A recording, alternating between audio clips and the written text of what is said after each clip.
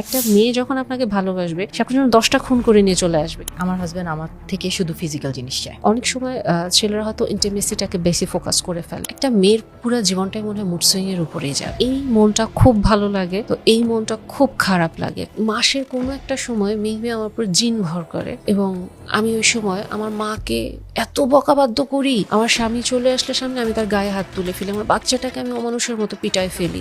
Severe depressive symptom, severe mood swings, কখনো কখনো হয়তো সুইসাইডাল থটসও চলে আসতে পারে। ছেলেদেরকে এবং মেয়েদেরকে পার্টনার করে ওয়ার্ল্ডে পাঠিয়েছেন আল্লাহ, তো এই পার্টনারশিপটার মধ্যে এত ঝামেলা কেন হচ্ছে? কুরআন শরীফে আপু আল্লাহ সুবহানাহু ওয়া তাআলা এটাই বলেছেন যে তোমরা হাজবেন্ড ওয়াইফ পরস্পরের জন্য চক্ষু শীতলতা হতে হবে, শান্তি হতে হবে। সো এই দায়িত্বগুলো নাই আপু, এর জন্যই এত সমস্যা। আজকের এপিসোডটা এমন কিছু ফিলিংস নিয়ে যেগুলো সব মেয়েরাই ফিল করে কিন্তু এক্সপ্রেস করতে পারে না। কেন হঠাৎ করে সবকিছু অসহ্য লাগে, মেন্টালি এক্সস্টেড লাগে, মুড অফ হলে সবাইকে দূরে সরিয়ে দিতে ইচ্ছে হয়। আজকের এপিসোডে সাইকিয়াট্রিস্ট ডক্টর মুনমুন জাহান আমাদের সাথে কথা বলবেন about mood swings, PMS, hormones, overthinking এবং মেয়েদের মন খারাপ কেন হয় উইদাউট এনি রিজন, এটা নিয়ে।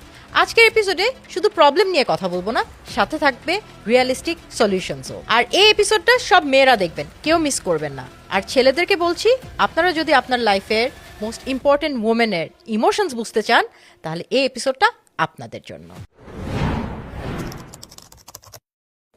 আসসালামু আলাইকুম আপু, welcome to the Simra Khan podcast presented by purple sanitary napkin. কেমন আছেন? ওয়ালাইকুম আসসালাম আপু, আমি আলহামদুলিল্লাহ ভালো আছি। অনেক ধন্যবাদ আমাকে ইনভাইট করার জন্য। আপনি কেমন আছেন? আমিও আলহামদুলিল্লাহ ভালো আছি। আসলে মেয়েদের ভালো থাকাটা অনেক দিক থেকে ভ্যারি করে, একদিন ভালো একদিন খারাপ। মন খারাপ কেন ওইটাও বলতে পারি না।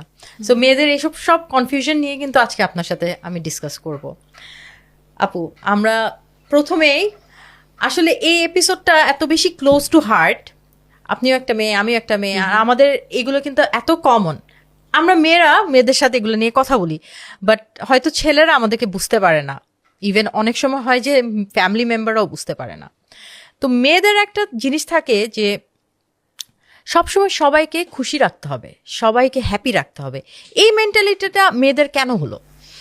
ছোটবেলা থেকে আপু এটাই আমাদেরকে শেখানো হয় যে তোমাকে গুড গার্ল হতে হবে এবং তুমি যদি এই কাজটা করো দেন তাহলে তোমাকে সবাই অ্যাপ্রিসিয়েট করবে বা তোমাকে সবাই বেশি আদর করবে। এবং আমরা মেয়েরা না আদর খুব পছন্দ করি। এটা আপনি একটা ছোট মেয়েকে বলেন, একটা বৃদ্ধ মাকে বলেন, আদর জিনিসটা আমাদের জন্য খুব মূল্যবান। কাজে যখন আমরা দেখি আদরটা পাচ্ছি আমরা সব করব। আসলে ঠিক বলছেন।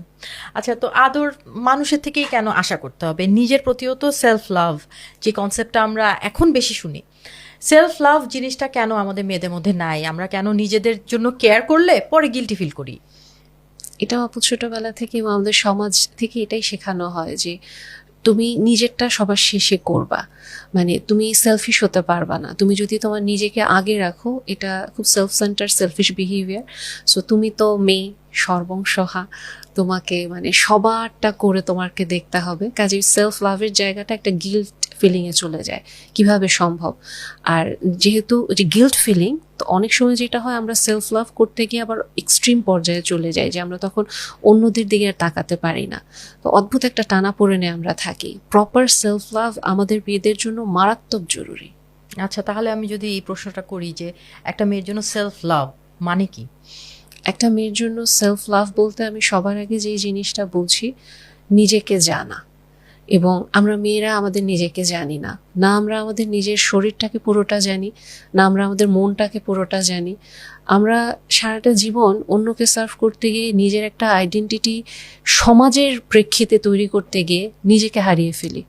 সো আমার কাছে সেলফ লাভ বলতে ওটাই যে যখন একটা আমি নিজেকে জানবে, নিজের একটা সুন্দর আত্মবিশ্বাস তৈরি করতে পারবে, তাকে আর কখনো দমানো সম্ভব না। সেলফ লাভ মানে শুধু শপিং করতে যাওয়া, পার্লারে যাওয়া, এগুলো না। না, কখনো রাইট। না। আচ্ছা, তো আমাদের ব্রেন, আপনি যেহেতু সাইকিয়াট্রিস্ট আপনি জানেন যে ব্রেন কিভাবে কাজ করে।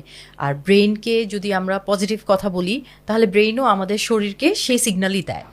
তো ধরেন আমরা যদি সকালবেলা ঘুম থেকে উঠে ব্রেনকে কয়েকটা পজিটিভ কথা বলতে চাই যাতে আমাদের সারা দিনটা ভালো যায়, এরকম কিছু টিপস কি আপনার কাছে আছে? পজিটিভ কথা বলতে আমি যে জিনিসটা প্রথমে বলবো, মোটিভেশন জিনিসটা আসলে ওভাবে কাজ করে না, কাজে আমি এটা একটু ক্লিয়ার করে নিচ্ছি, এটা কোনো মোটিভেশন না।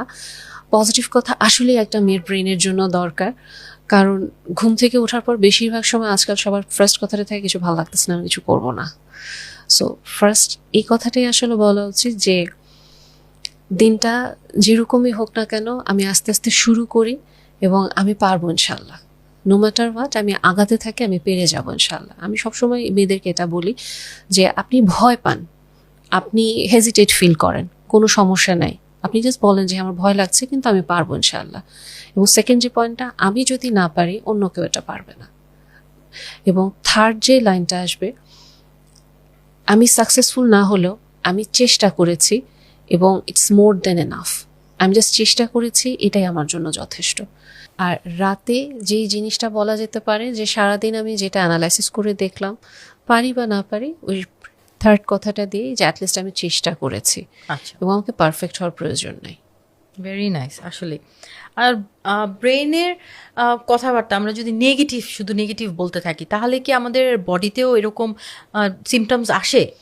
হ্যাঁ আপু, ডেফিনেটলি আসবে। কারণ একটা জিনিস কি, আমি আপনাকে যতই কাউন্সেলিং করি বা আমি আপনাকে যত পজিটিভ কথা বলি, আপনি যদি আপনার নিজেকে অনবরত বলতে থাকেন যে না আমাকে দিয়ে হবে না, আমি পারবো না, বা আপনার যদি অসম্ভব সেলফ ডাউট কাজ করে, আপনার ব্রেন জিনিসটাকে খুব দ্রুত ক্যাপচার করবে এবং ও যেটা করবে আপনার বডি ইমিউনিটি সিস্টেমকে আস্তে আস্তে করে কম্প্রোমাইজ করা স্টার্ট করবে এবং গ্র্যাজুয়ালি আপনি ফল ডাউন করবেন এবং আপনি নিজেও বুঝবেন না কেন আপনি ফ্যাটিক ফিল করেন, কেন আপনার দেখা যাচ্ছে ঠান্ডা কাশি লেগে যাচ্ছে, মাথা ব্যথা করছে বা মাসলগুলো ক্র্যাম্প করছে। এগুলো প্রত্যেকটা আপনার ব্রেন ক্রিয়েট করতে পারে। ওয়াও, ব্রেন কত পাওয়ারফুল! অবশ্যই। আচ্ছা আচ্ছা আপু, তাহলে আমরা ব্রেনের কথা বললাম, এখন যদি আমরা একটু বায়োলজিক্যাল, মেয়েদের বায়োলজিক্যাল কথাগুলো বলি, যে মেয়েদেরকে বেশিরভাগ সময় বলা হয় তুমি পাগল, তুমি ড্রামাবাজ, তুমি ঢং শুরু করছো, কারণ তোমার এসব মুড সুইংস, এগুলো আবার কি? আসলে কি মেয়েরা মুড সুইংস বানায়? আসলে কি এক্সিস্ট করে না মুড সুইংস? মুড সুইং এর কথা যদি আপু বলতে যাই, জিনিসটা আসলে খুব সেন্সিটিভ একটা পার্ট এবং আমার ধারণা একজন বৃদ্ধ মাকেও যদি মুড সুইং এর কথা বলা হয় বর্তমানে, উনি হয়তো ঠিক বুঝবে না। বাট আমি যদি ওনাকে ভেঙে ভেঙে ওনার জীবনের এই উপসর্গগুলো বলা শুরু করি, যেটা আমি আমার রোগীদের ক্ষেত্রে করি, ওনারা চুপচাপ তাকায় থাকে এবং কিছু কিছু ক্ষেত্রে বলে যে আপনি কিভাবে জানেন আমার এগুলা হয়েছে, আপনি তো কখনো আমার সাথে ছিলেন না। এবং আমার মনে আছে আমার একজন বৃদ্ধ রোগী তার মেয়েকে বলছিলেন, তুমি এতদিনে আমাকে এমন একজন ডাক্তারের কাছে নিয়ে আসছো যে আমি না বলতেই আমার সব সমস্যার কথা বলছে, তুমি এতদিন আগে কেন আমাকে আনোনি? এবং যেটা আপনি বললেন যে ওনাকে সবাই কথাগুলোই বলতো যে পাগলামি কেন করো, বা তুমি এরকম অ্যাটেনশন সিকিং কেন করো। এবং আমার রোগীকে সবাই বলছিলেন যে উনি পাগলামি করছেন বা অ্যাটেনশন সিক করছেন বা বুড়ো বয়সে কেন বুঝতে চাচ্ছেন না। বাট মানে she has been suffering from a very long time. So mood swing এর কথাটা যদি আমি আপা বলি, একটা মেয়ের পুরো জীবনটাই মনে হয় মুড সুইং এর উপরেই যাবে। আমি যদি আপনাকে জাস্ট একটা গ্লিমস দেই, মেয়েটা প্রিটি নিজে যখন আসলো, আস্তে আস্তে ওর বডি তৈরি হচ্ছে ওর নতুন মেনস্ট্রুয়াল সাইকেলের জন্য, মুড সুইং আসতেছে। মায়েরা যাও একটু যদি নিজের জীবনটাকে রিফ্লেক্ট করে মেয়েটাকে বুঝতে পারবে, বাট বাবা বলবে এত রিয়েক্ট কেন করো, ভাই বলবে এরকম কেন করো, এরকম মানে সিনক্রেট কেন করতেছো, বা তুমি কেন এরকম হচ্ছ কেন, বাবা ভাই বিরক্ত হয়ে যাবে। মেয়েটাও পাজল থাকবে যদি ওকে বলা না হয়। সো একটা পর্যায়ে মেয়েটা প্রিটিন থেকে টিনে ঢুকলো, তার মেনস্ট্রুয়াল লাইফটাও স্টার্ট হয়ে গেল। মান্থলি সাইকেলে আপা কখনো কখনো প্রিমেনস্ট্রুয়াল সিমটম হয় আমাদের 1 থেকে 2 সপ্তাহ আগে থেকে, ওখানে একটা মুড সুইং এর ফেজ থাকে। কারো কারো থাকে জাস্ট মেনস্ট্রুয়েশনের সময়টাতে মুড সুইং, ওটাও শেষ হলো। ওভুলেশনের টাইমটা 13 থেকে 15 দিন, ওই সময় আরেকটা ফেজ যায় কারো কারো। সো এভাবে করতে করতে মেয়েটা চলতেছে। কিন্তু তারপর বিয়ে হলো, বিয়ের পরে সে আবার কনসিভ করলো, ওখানে তো আরেকটা মুড সুইং এর খেলা যাবে। সবাই তো ভাবে হচ্ছে গিয়ে 3টা ট্রাইমেস্টার প্রেগনেন্সির, আমি বলি না 4টা ট্রাইমেস্টার। আপনি পোস্টপার্টাম পিরিয়ড কিভাবে ভুলে যান? ওই সময় তো পুরো ব্রেন কোলাপস করতে থাকে হরমোনের কারণে, এবং মেয়ে তো পুরো হরমোনাল কারণে এলোমেলো, ওখানে আরেকটা মুড সুইং এর খেলা যায়। তারপর এরকম যুদ্ধ করতে করতে মেয়েটা একটা সময় তার পেরিমেনোপজাল মানে টাইমটাতে আসবে, যেটা সম্পর্কে আসলে আমরা সবাই বেখবর। ওইখানে ব্রেইন কেওস এমনভাবে ক্রিয়েট করে, মেয়েও জানে না সে কেন এরকম করে, আশেপাশের কেউ তো জানেই না। বাট মেয়েটা সাফার করে।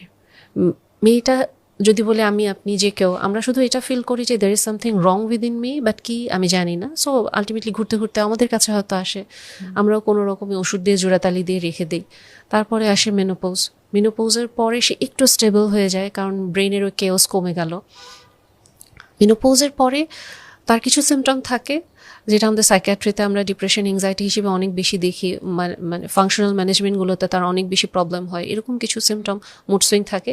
গ্র্যাজুয়ালি সে যদি প্রপার ট্রিটমেন্ট পেয়ে যায়, সে থেমে যাবে, স্থির হয়ে যাবে। আর না হলে অ্যাকচুয়ালি মেনোপোজ হয়ে গেলে মেয়েরা নিজেদেরকে খরচের খাতায় উঠায় দেয়, আমি তো শেষ, আর কিভাবে চলবে জীবন, চলুক। সো মুড সুইংটা আসলে মেয়েদের কোথায় নাই আপা। আসলে সেটাই। আর এটা অনেকেই বলে দেয় মুড সুইং বলে কিছুই নাই, এসব তোমার ঢং। আপু খুব সুন্দর করে বুঝিয়ে বললেন আসলে মুড সুইং বা যেটা পিএমএস, তারপর এর অনেকগুলো টার্ম আছে।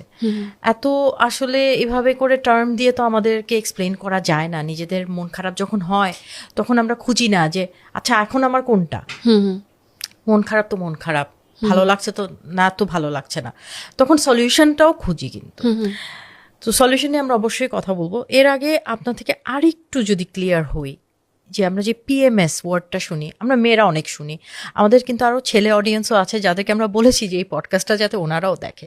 পিএমএস জিনিসটা কি একদম ক্লিয়ারলি বলেন আপু। এটাকে আমরা যদি বলি যে প্রি মেনস্ট্রুয়াল সিনড্রোম, এবং মানে এই জিনিসটা কি, মেয়েদের একটা মান্থলি সাইকেল হয়। মান্থলি সাইকেলটা, এটা আমরা মানে সাধারণত ধরি 28 দিনের সাইকেল। এটা কখনো কখনো ভ্যারি করে। আমি ওরকম গাইনোকোলজিক্যাল অ্যানালাইসিসে যাচ্ছি না, শুধু একটু বলি যদি, যে আমাদের এখানে ইস্ট্রোজেন আর প্রোজেস্টেরনের কিছু খেলা চলে। কখনো ইস্ট্রোজেন হাইয়ে থাকে, কখনো প্রোজেস্টেরন হাইয়ে থাকে। তো এই যে প্রি মেনস্ট্রুয়াল সিনড্রোম, মানে মেনস্ট্রুয়েশনের আগে কিছু সিমটম আসে, এবং এটা আমি যেহেতু সাইকিয়াট্রিস্ট, সো মানসিক সিমটমই হবে এখানে, কিন্তু কিছু ফিজিক্যাল সিমটমও থাকে। কি কি সিমটম আসতে পারে? প্রথমত, যেহেতু মুড সুইং বলছি, এই মনটা খুব ভালো লাগে, তো এই মনটা খুব খারাপ লাগে। খারাপটা এরকম লাগে যে আপনি চুপ করে তাকিয়ে আছেন, আপনার চোখ থেকে পানি চলে আসছে, আপনি খুব সেন্সিটিভ হয়ে গেছেন, চোখ মুছতেছেন, কান্না করতেছেন। এগুলো নিয়ে ফেসবুক বা সোশ্যাল মিডিয়াতে আমি প্রচুর মিম দেখি, হাসে। বাট যেই মেয়েটা যায় বা যারা আমরা যাই, তারা অ্যাকচুয়ালি আমরা জানি যে এটা কতটা পেইনফুল লাগে। সো এখানে মুড সুইং থাকে। ডিপ্রেশনটা অনেক ক্ষেত্রে কিছু ভালো লাগে না, মেজাজটা খিটখিট লাগতে থাকে। আউটবার্স্ট না, বাট খিটখিট লাগে, যে কিছুতেই বিরক্ত লাগে। আপনি হাসছেন, আপনাকে দেখতেও বিরক্ত লাগবে, কথা বলছেন, ওটা শুনতেও বিরক্ত লাগবে। এবং যদি আপনি খুব পুশ করেন, তখন আউটবার্স্টগুলো আসবে, খুব জোরালো একটা আউটবার্স্ট আসে। খাবারের ক্রেভিং বেড়ে যেতে পারে, কখনো মিষ্টি বা কখনো ঝাল, এরকম কিছু মনে হয় যে কিছুতে স্যাটিসফাইড না, আমার কিছু একটা প্রয়োজন। ঘুমে কখনো কখনো সমস্যা হতে পারে, এংজাইটি ফিল হতে পারে। কখনো কখনো কারো ক্ষেত্রে দেখা যায় যে বডি এক করে, বা আমাদের অনেক ক্ষেত্রে দেখা যায় তলপেটে একটা ব্যথার মতো আসতে থাকে ফিজিক্যাল সিমটম হিসেবে। আর শরীরে একটা ম্যাজে ভাব থাকে। আমি খুব গল্পের ছলে বলছি, আমি থিওরি যতটুকু সম্ভব অ্যাভয়েড করার চেষ্টা করছি। আর অনেক ক্ষেত্রে দেখা যায় যে রাতের ঘুমটাও ঠিক মতো হতে চায় না, ভাঙা থাকে। আবার এই সময়টাতে যখন মানে কাজগুলো করতে হয়, মনে হয় যে নিজেকে একটা বোঝার মতো টেনে নিয়ে যাচ্ছি আমি সামনে। এবং মোটামুটি দেখা যায়, আমি যদি বলি যে এই সিমটমগুলো আমাদের শরীরের যে সিমটম বা আমাদের মানসিকভাবে যে সিমটম, ওগুলো অনেক সময় শুধুমাত্র যে এরকম তলপেট ব্যথা বা ম্যাজে ভাব এটা না। অনেক সময় দেখা যায় মেয়েদের বুকেও একটা ব্যথার মতো হতে থাকে, মাংসপেশিগুলো কেমন ধরে আসতে থাকে, হঠাৎ করে দেখা যায় বসে গেলে কোমর ধরে যাচ্ছে, উঠতে পারছে না। সো এরকম কিছু সিমটম আসতে থাকে। এই সিমটমগুলো যে সবার একবারে সবগুলো হবে এটা এমন না। 75% কেসে দেখা যায় একটা দুইটা করে র্যান্ডম আসতে থাকে।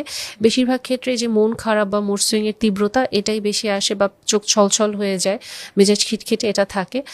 3 থেকে 8% কেসে আমরা যেটা দেখি পিএমডিডি, প্রি মেনস্ট্রুয়াল ডিসফোরিক ডিসঅর্ডারে চলে যায়। সো পিএমএসটা আপু এরকমই আমি বলবো, এবং মেয়েরা কম বেশি আপু এটা সাফার করে। আচ্ছা, লাইক এরকম হয় যে ছোট্ট একটা জিনিসেও মেজাজ খারাপ হয়ে যায়, আশেপাশের মানুষ কিছু একটা বলছে, তখন ওইটা নিজেকে কন্ট্রোল করব কিভাবে? আচ্ছা, এটা আপু আপনি খুবই খুবই খুবই জরুরি একটা প্রশ্ন, এটা আমি মনে করি। সো এটা না আমি সবসময় দুইটা ভাগ করে উত্তর দিই। দুই ভাগ করে উত্তরটা কীরকম হবে, যে একটা হচ্ছে আমার পার্ট অফ রেসপন্সিবিলিটি, আর একটা হচ্ছে আমার সামনে যে থাকছেন ওনার পার্ট অফ রেসপন্সিবিলিটি। এবং আপু দেখেন, আমি আপনাকে শুরুতেই বলেছি যে একটা মেয়ের সেলফ লাভ কি, আমি বলেছি নিজেকে জানা, আমি কিন্তু অন্য কোনো ওয়ার্ড ইউজ করিনি আর। সো ফার্স্ট অফ অল আমি এটা মনে করি আমার নিজেকে প্রপারলি জানতে হবে, আমার মেনস্ট্রুয়াল সাইকেল সম্পর্কে আমাকে জানতে হবে। অসংখ্য মায়ের সাথে বসা হয় এবং ইন্টার্ন লাইফেও যখন কাজ করেছি, অনেক সময় আমরা মেয়েরা আসলে আমাদের মেনস্ট্রুয়েশন সম্পর্কে প্রপার জ্ঞানই রাখি না। কবে ছিল ডেট জানি না, আদৌ কি হয়েছে নাকি না মনে নাই, মানে অদ্ভুত একটা ব্যাপার থাকে। সো অনেক এডুকেটেড মাকে আমি এরকম উত্তর দিতে দেখেছি, শুধু যে আমরা গ্রামাঞ্চলে এরকম উত্তর পাই না। কাজে সবার আগে আপনার শরীর, আপনাকে এটা জানতে হবে, আপনাকে ডেটটা জানতে হবে, আপনার সাইকেল জানতে হবে, এটা বাধ্যতামূলক, এটা আপনার পার্ট অফ রেসপন্সিবিলিটি। এবং আপনি যখন এই সাইকেলটা রেগুলার বেসিসে দেখবেন, আজকাল অনেক অ্যাপেও আছে যেগুলো হচ্ছে গিয়ে টাইমগুলো কাউন্ট করে রাখে, হ্যাঁ। সো আপনি দেখবেন যে আপনার প্রি মেনস্ট্রুয়াল সিমটমের ডেট কবে আসছে, আপনার ওভুলেশনটা টেন্টেটিভ কবে আসছে। সো যখন আপনি নিজে আগে থেকে জানেন, আপনি কিন্তু প্রিপেয়ার যে এই সময়টাতে আমার মেজাজটা খিটখিট লাগবে, আমার সাথে একটু এরকম কথাগুলো হবে, বাইরের মানুষকে তো আমি কন্ট্রোল করতে পারবো না। সো আমি নিজেকে প্রিপেয়ার করছি যে এই সময়টা আমি হয়তো একটু মাইন্ডফুলনেস বা একটু ব্রিদিং এক্সারসাইজ করবে, কাম ডাউন করবো। এক্সট্রা যারা একটু বেশি হচ্ছে আমার বাউন্ডারি ক্রস করতে চায় বা আমাকে লিমিট পুশ করতে চায়, ওদের সাথে আমি একটু ডিস্টেন্স থাকবো, অথবা খুব বেশি আর্গুমেন্ট ওই সময় যাব না। বা যদি কেউ খুব মানে আমার সাথে পুশ করতে থাকে, আমি তাকে একটু থামিয়ে দিব, আমি বলবো যে প্লিজ এটা এই সময় আমি পারছি না, আমি পরে কথা বলবো। উইমজিকলি কোনো ডিসিশন মেক করবো না এই সময়, যে হুট করে একটা সিদ্ধান্তে না। যদি আমি দেখি যে আমি এই সময় মাথা ঠিক রাখতে পারছি না, আমি কোনো ডিসিশন মেকিংয়ে যাব না। এবং নিজেকে অবশ্যই একটা স্পেস দিব, যদি একটু কাঁদতে ইচ্ছা করে আমি একটু কাঁদবো, নিজেকে একটু ছোট ট্রিট দেয়া, চকলেট বা কোনো একটা ছোট কিছু নিজেকে ওটা দিব, নিজেকে একটু সেলিব্রেট করব। এই জিনিসগুলো আমি নিজেকে সেলফ প্যাম্পারিং হিসেবেও রাখবো। সো আমি আমার নিজের প্রতি রেসপন্সিবিলিটির পার্টটাও রাখবো, প্যাম্পারিংয়ের পার্টটাও রাখবো। এখন আসি সামনের মানুষটা কিন্তু আমার টাইম টেবিল জানে না, বাট এটা আমি জানি। সো অনেক সময় আমি এটা রিকোয়েস্ট করি যে আপনার পার্টনারকে আপনি একটু ইনফর্ম করেন, বা আপনার বাসায় আপনার যারা আসলে গুডউইল পার্সন তাদেরকে আপনি ইনফর্ম করেন। কেউ কেউ এটাকে আসলে সিনসিয়ারলি নেয় যে আচ্ছা ঠিক আছে, এই সময়টাতে আমাকে একটু কেয়ারফুলি থাকতে হবে। আবার কেউ কেউ আসলে বলার পরেও নিবে না, এটা জাস্ট হাসবে, হ্যাঁ ও তোমার তো ওই সময় আসছে, ও আচ্ছা আচ্ছা এখন তো তোমাকে আবার কিছু বলা যাবে না, তোমার এত ঘন ঘন হয় কেন। বাট মাস তো ঘুরতে ঘুরতে চলে আসে। সো যারা অ্যাকচুয়ালি টন্ট করে, এগেইন ওদেরকে বুঝিয়ে লাভ নেই, আপনারটা আপনাকে বুঝতে হবে। কেন বুঝে না এটার জন্য জিদ করেও লাভ নেই, এটার জন্য তার সাথে আর্গুমেন্ট করে তাকে বারবার বোঝানোর চেষ্টা করে আপনার এনার্জি ওয়েস্ট করেও লাভ নেই। সো বেটার আপনি আপনার ডিগনিটি মেনটেন করেন, আপনি আপনার বাউন্ডারিটা দিয়ে নিজেকে নিজের মানে প্রোটেক্ট করেন। আর যে বুঝবে সে সিনসিয়ারলি আপনাকে যত্ন করবে। কিন্তু এখানে যে জিনিসটা আমরা মিস করি, এই যে আমি দেখেন প্রথমে শুরু করছে আমার পার্ট অফ রেসপন্সিবিলিটি, আমরা দেখা যায় কি আমার পার্ট অফ রেসপন্সিবিলিটিটা না করে সামনের মানুষটাকে শুধু বলার চেষ্টা করি তুমি আমাকে একটু ভালো রাখো, তুমি একটু বুঝো না কেন, বা এটা না। আপনি যখন আপনারটা মেনটেন করে তাকে দিবেন, তখন হবে কি সে আপনাকে হেল্প করা স্টার্ট করবে, সে যদি গুডউইল পার্সন হয়। কারণ সে দেখবে যে আপনার স্ট্রাগলটা রিয়েল। আপনি তাকে খুব সুন্দরভাবে বলছেন যে দেখো এই মুহূর্তে আমি কথা বলে আমি রেগে যাবো, আমি বলতে চাচ্ছি না। বা আপনি যখন একটু রেগেও যাচ্ছেন, বা আপনি আপনার কন্ট্রোলটা গ্রিপটা আপনি হারিয়ে ফেলছেন, আপনি তাকে বলছেন যে সরি, আমি এই সময়টাতে আসলে এটা করতে চাইনি, আমার হয়তো টাইমটা চলছে এই জন্য এটা করেছি, বাট নেক্সট টাইম আমি আরেকটু কেয়ারফুল থাকবো। এবং আপনি আপনার সিনসিয়ার অ্যাপোলজি দিচ্ছেন, এবং আপনি তাকে আপনার কাজের মাধ্যমে দেখাচ্ছেন যে দেখো আগের বার এরকম হয়েছিল, বাট দিস টাইম আমি এখন অনেক কেয়ারফুল, আমি এবার এটা করিনি। এই যে এটা দেখছেন, সে কিন্তু আপনার প্রতি আরো কেয়ারিং হবেন যদি সে গুডউইল পার্সন হন। সো এই জিনিসটা মেনটেন করা, এক্সপেকটেশন মেইনলি হয়ে থাকে হচ্ছে হাজবেন্ডের উপরে, এই প্রেশারটাও বেশি, এক্সপেকটেশনটাও বেশি। সো এগুলো নিয়ে আমরা অবশ্যই কথা বলবো। বাট মাঝখানে আপনি একটা পয়েন্ট বলেছেন যেটা হচ্ছে পিএমডিডি, সেটা একটু বুঝতে চাই। পিএমডিডি আসলে জিনিসটা কি? প্রি মেনস্ট্রুয়াল ডিসফোরিক ডিসঅর্ডারে এটা যেটা হয়, আমি গল্পের ছলে বলি যে আমার একবার একটা পেশেন্ট এসে আমাকে বলছিলেন যে আমার মাসের কোনো একটা সময় মেবি আমার উপর জিন ভর করে, এবং আমি ওই সময় আমার মাকে এত বকাবাদ্য করি, আমি তার গায়ে হাত তুলে ফেলি। আমার স্বামী চলে আসলে সামনে, আমি তার গায়ে হাত তুলে ফেলি। আমার বাচ্চাটাকে আমি অমানুষের মতো পিটায় ফেলি। আমি খুব কাঁদতে থাকি, কেমন জানি হিস্ট্রি রোগীর মতো করতে থাকি। আমার কিছু ভাল লাগে না। এবং মানে এই জিনিসটা আমার কেন হয় ডাক্তার আমি জানি না। আমি ওনাকে বললাম প্রতি মাসে হয়? ডক্টর আমি জানি না এটা প্রতি মাসে হয় নাকি, বাট আমার খুব ঘন ঘন হয় এটা। এবং ওই সময় যে আমার কি হয় আমি নিজেও বলতে পারি না। সো আমি আস্তে আস্তে ওনাকে যখন পুশ করছিলাম, আমি ওনাকে অ্যানালাইসিস করছিলাম ওনার হিস্ট্রিটা, কেসটা, বুঝলাম এটা পিএমডিডি। সো যেটা হয় ওই যে পিএমএস এর যে সিমটমগুলো বললাম, এটা এক্সট্রিম ভার্সনে আসতে থাকে। Severe anger outburst, severe depressive symptom, severe mood swings, কখনো কখনো হয়তো সুইসাইডাল থটসও চলে আসতে পারে, বা সিভিয়ার রকমের এংজাইটি হচ্ছে। এই যে সিভিয়ারিটি লেভেলটা বেড়ে যায়, তখন মানুষ আসলে নিজের উপরে কন্ট্রোলটা রাখতে পারে না। এবং একটা জিনিস কি, আমি যখন আমার কাছের মানুষগুলোকে তো আঘাত করব, ওটা আঘাত করার পরে অসম্ভব রকম একটা গিল্ট ফিলিং আসে, এবং তখন তারা হাউমাউ করে কাঁদতে থাকে যে আমি এরকম কেন করছি, আমি খারাপ মা বা খারাপ মেয়ে বা খারাপ স্ত্রী। তখন ওই ওভারঅল সিমটমটা তার জন্য খুব আনবিয়ারেবল হয়ে যেতে থাকে। এবং এই জিনিসটা বেসিক্যালি দেখা যায় ওই যে পিরিয়ড শুরু হওয়ার 1 থেকে 2 সপ্তাহ আগে অথবা পিরিয়ডের সময়টাতে এটা হয়ে থাকে। এবং মেয়েরা খুব বাজেভাবে এটাতে সাফার করে। আচ্ছা, তো সিভিয়ারিটির উপরে আমার ডিপেন্ড করবে যে আমার পিএমএস কিনা বা পিএমডিডি কিনা। এক্স্যাক্টলি, পিএমডিডিটা আমরা বুঝতে পারবো, অথবা আমাদের আশেপাশের মানুষরা কিন্তু হেল্প করতে পারবে আমাদেরকে বুঝার।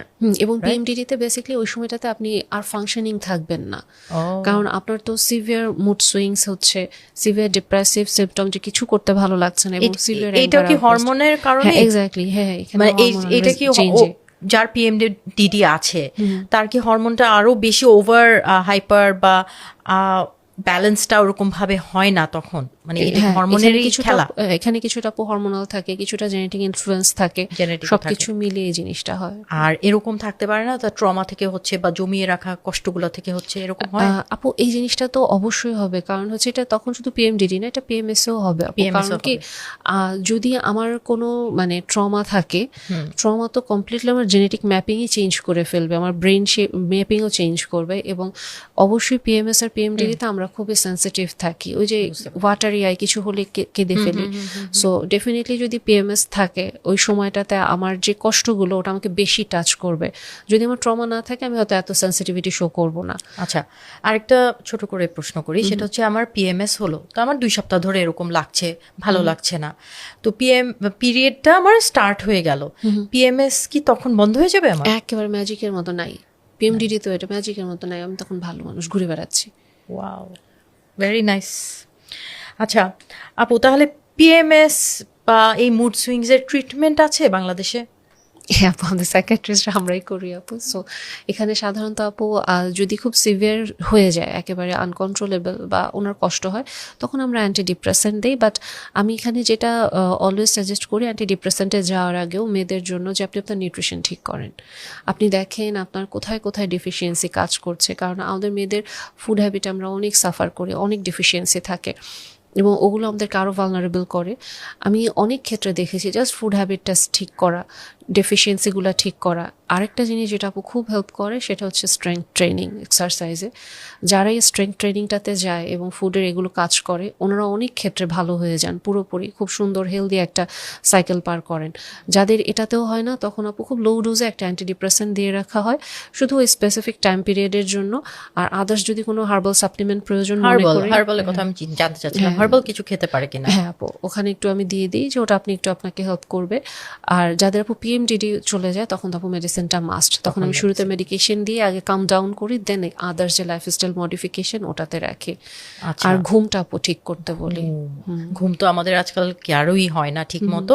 সো খাবার, নিউট্রিশন সবকিছু বললেন। আচ্ছা, এখন আমরা যদি মনে করি যে আমাদের কোনো ডেফিসিয়েন্সি আছে, যে আয়রন বা ভিটামিন ডি, এরকম কোনো ডেফিসিয়েন্সির জন্য কি পিএমএসটা বেশি হয় কিনা? হ্যাঁ আপু, এটা হতে পারে। যেমন ধরেন আমাদের মেয়েদের প্রোটিনের ঘাটতিটা সবার আগে আমি বলবো, কারণ 1 পিস মাংস খাওয়া আমাদের মেয়েদের জন্য অনেক বড় একটা ব্যাপার হয়ে যায়, বা একটা ডিম খাওয়া। কাজেই অনেক সময় দেখা যায় মেয়েদের প্রপার প্রোটিনটা ইনটেক হয় না, এবং অনেক সময় ইন্টারেস্টিংলি প্রোটিনের ঘাটতি তার একেবারে এভিডেন্ট, তার চুল পড়ছে, তার নখ হয়তো ঝুরঝুরা হয়ে যাচ্ছে বা নখে বিভিন্ন সিমটম আসছে, বাট তারপরেও সে তার ফ্যাটিক লাগে বা তার হচ্ছে অনেক ক্ষেত্রে মাসল যে একেবারেই না এটা দেখলেই বোঝা যায়, বাট স্টিল সে ওই জিনিসটা বোঝে না। সো আমি সবার আগে প্রোটিন ঠিক করতে বলি যে আপনি প্রোটিন খান। আমি যদি খুব মানে গড়পড়তা বলি যে আপনার হাতটা এই যতটুকু বড় আপনি অতটুকু হচ্ছে গিয়ে মাছ বা মাংসটা দুপুরে এবং রাতে খাওয়ার চেষ্টা করেন। সেটা যদি আপনার 4 ভাগ করে খেতে হয় 4 ভাগ করেন, 2 ভাগ করে খেলে 2 ভাগ করেন, বাট আপনি এটা নেন। এবং প্রোটিনের পরে আমি যে জিনিসটা চেক করতে বলি বর্তমানে ভিটামিন ডি লেভেলটা চেক করেন, আপনার ভিটামিন ডি লেভেলটা ঠিক আছে নাকি, এটা ডেফিসিয়েন্সিটা খুব মারাত্মক থাকে। পাশাপাশি ম্যাগনেসিয়াম লেভেলটা দেখতে বলি, বা অনেক সময় ভিটামিন বি12 এবং আয়রন তো মেয়েদের মানে মারাত্মক রকম কোনো মানে খেয়ালই থাকে না যে এটা ঠিক আছে নাকি আমার মানে কি অবস্থা থাকে। এবং ওভারঅল অনেক সময় আমি থাইরয়েডটাও চেক করতে বলি। সো এই জিনিসগুলো একটু চেক করার পাশাপাশি তখন আমি যেটা বলি যে আপনার এগুলো যদি চেক হয়ে যায়, এখন খাবারের মাধ্যমে পূরণ করবেন না, ওষুধ নেবেন। সিভিয়ার কেসে আপু সাপ্লিমেন্ট হিসেবে ওষুধ আমাকে দিতেই হয়, কিছু করার থাকে না। আর এমনিতে যখন আমি খাবারের মাধ্যমেও বলে দিই যে আপনি স্পেসিফিক, যেমন ধরেন আমি খুব ফ্যান্সি ইটিং আমি বিশ্বাস করি না, আপনি আপনার নর্মাল মাছ মাংস ডিম দুধ যেটা পান আপনি অ্যাটলিস্ট দিনে 2টা ডিম খান। আপনি একটু মাছ বা মাংসের জিনিসটা ওটা আপনি খাওয়ার চেষ্টা করেন।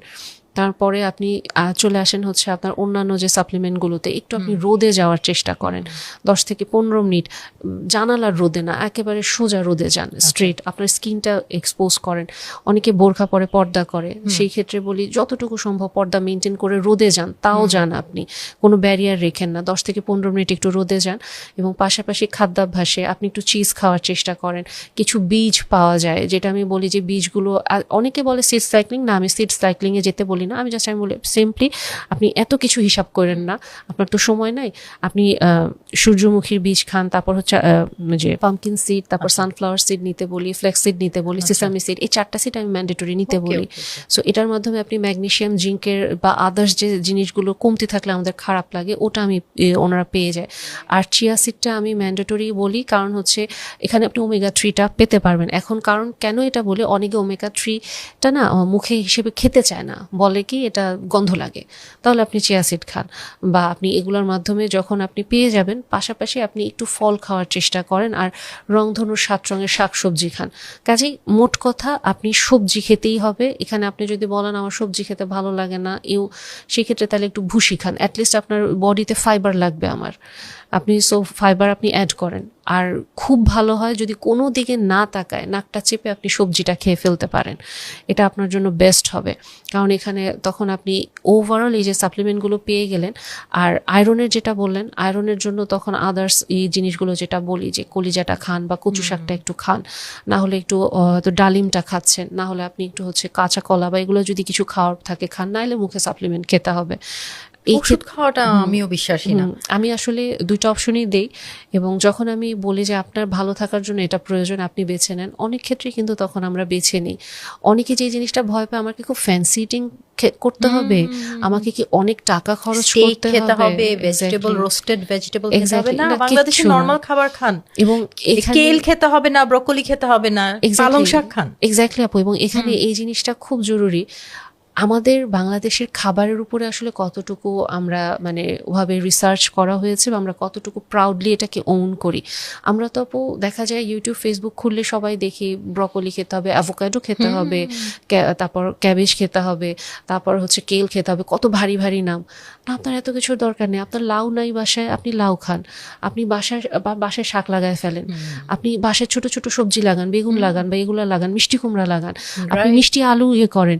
বাংলাদেশে যে এত এত দামি দামি সবজি আছে আপু, যেগুলো তো হেলায় মাটিতে পড়ে থাকে, ওগুলো খেলেই আমাদের মোর দেন এনাফ। আসলে ঠিকই বলছেন। না আসলে খাওয়ার ভিটামিনস এগুলো আমরা বুঝি না যে আমাদের বডি চাচ্ছে, তো বডি যখন পায় না তখনও কিন্তু সে ব্রেনকে সিগন্যাল দেয়, তখন ব্রেন হয়তো উল্টাপাল্টা চিন্তা করা শুরু করে দেয়। আই থিঙ্ক আমার অ্যানালজিতে এটাই চিন্তা করতে পারছি। আচ্ছা আপু, আপনার পিরিয়ডের সময় কি এরকম স্টোরিজ গুলো আছে যে আপনার মুড সুইংস হয়েছে, আপনাকে কেউ বুঝতেছে না, এরকম আপনার হয়? আপনি প্রশ্নটা করেছেন এটা আমি যদি বলি আপু, 2009 সালের দিকে, সো খুব বাজেভাবে সাফার করছিলাম, কেন করছিলাম নিজেও জানি না, বাট খুব বাজেভাবে সাফার করছিলাম। So I was helpless. মাকে বলেছিলাম, মা খুব খারাপ লাগে, কেন লাগে জানি না। এবং আমি একটা কাউন্সেলিং সেশনে বসেছিলাম, ছোট মানুষ বসেছিলাম তখন, এবং ডেসপাইট বিং মেডিকেল স্টুডেন্ট মানে আই ডিডন্ট নো যে আমি নিজেই আসলে পিএমএস সাফার করছিলাম। সো আমি উইথ ডিউ রেসপেক্ট কাউকে ছোটো করবো না, যার কাছে বসেছিলাম এই বিষয়েও ক্লুলেস ছিল, সে আমাকে কোনো অ্যান্সার দিতে পারেনি। বাট যখন এখন আমি আজকে আপনার সাথে কথা বলে বা যখন আমি এগুলো পড়েছি, তখন মানে আমি এটা বুঝতে পেরেছি যে ওকে, পিএমএস আসলে আমার সাথে ছিল সব সময় এবং স্টিল নাও এটাকে ক্যারি করতে হয়। তো আপু যেহেতু ফিমেল পার্সন তো থাকবেই। আচ্ছা, তাহলে আপনি এখন তো ধরেন কত মানুষকে হেল্প করতেছেন, আপনার কাছে কত মেয়েরা আসতেছে, ওদের মেন্টাল স্টেট বা মেন্টাল স্ট্যাবিলিটির জন্য আপনি অনেক কিছু করছেন। আপনি কি আসলেই সাইকিয়াট্রিস্টই হতে চেয়েছিলেন সবসময়? হ্যাঁ আপু, এটা আমার ছোটবেলার স্বপ্ন ছিল যে আমাকে সাইকিয়াট্রিস্ট হতে হবে, যদি আমি মেডিকেলে চান্স না পাই দেন সাইকোলজিস্ট হতে হবে, বাট Wow. সাইকিয়াট্রি। তাহলে পিছে ফিরে তাকালে কি আপনি বলবেন যে আপনি যেমনটা হতে চেয়েছিলেন আপনি তেমনটাই হতে পেরেছেন? আলহামদুলিল্লাহ আপু, আলহামদুলিল্লাহ। আচ্ছা, নাইস। তো আপনার স্টোরিটা সুন্দর যে আপনি নিজেই হয়তো বুঝতে পারেন নাই যে তখন আপনার পিএমএস ছিল, বাট ওয়েন ইউ রিয়েলাইজড, আপনি যখন আরো পড়াশোনা করেছেন এটার ব্যাপারে, ইউ রিয়েলাইজ যে আপনার এটা চলছিল। নাইস। আসলে মানুষের পড়াশোনা করলে একটু নিজেকে জানা, যেটা দিয়ে আপনি স্টার্ট করতেন। Very good. আচ্ছা আপু, এখন আমরা যদি একটু চলে যাই একটা প্রশ্নতে, যেটা আমাদের সবাই, ছেলেরা স্পেশালি আমাদেরকে করে, যে তোমাদের এত মুড সুইংস, তোমাদের এত খারাপ লাগা, আমাদের মারাও তো আমাদেরকে বড় করছে, আমাদের মাদের মুড সুইংস হয় নাই, আমাদের মারা কিভাবে হ্যান্ডেল করতো?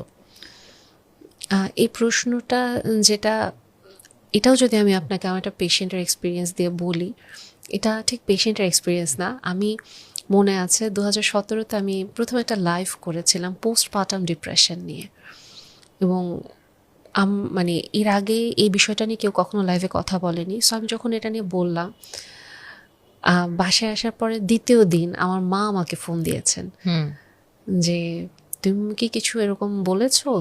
আমাকে একজন আন্টি ফোন দিয়ে বললেন যে উনি ঠিক এই জিনিসগুলোর ভিতর দিয়ে গিয়েছিলেন এবং উনি এত কষ্ট পেয়েছিলেন, উনি পাজল ছিলেন, উনি কি হয়েছিল জানে না, বাট তোমার কথা শুনে ওনার চোখ থেকে পানি চলে আসে, মানে সে বলেছে যে সে এটাতে সাফার করেছে।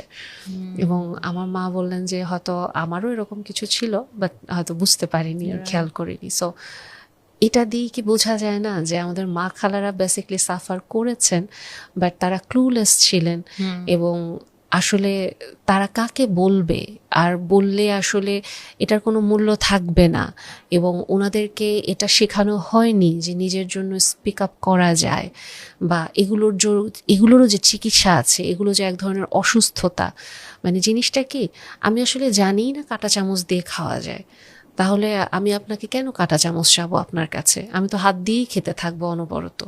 সো আমাদের মা খালারা সাফার করেছেন, এবং এটা অস্বীকার করার কোনো কিছুই নাই। এবং এটা যে সাফার করেছেন, আমি জাস্ট একটু আউট অফ দ্য কনটেক্সট আপনাকে যদি এটা বলি, আমি এটা সব সময় বলতে থাকি, এইটা যে সাফার করেছে, এটা তো আমাদের নবীজি সাল্লাল্লাহু আলাইহি সাল্লাম নিজে এটার জন্য দিয়ে গিয়েছিলেন যে তালবিনা খাও, একজন মানে জন্মদান মানে কারী মাকে তুমি তালবিনা খাও বা তুমি টেক কেয়ারগুলো করো।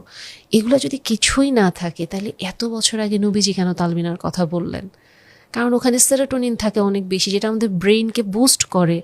সো আলটিমেটলি এটা কেউ যদি বলে আমাদের মা খালাদের এটা হয় নাই, প্রথমত এটা বেসিক্যালি তার অজ্ঞতা সে প্রকাশ করছে আপনার কাছে।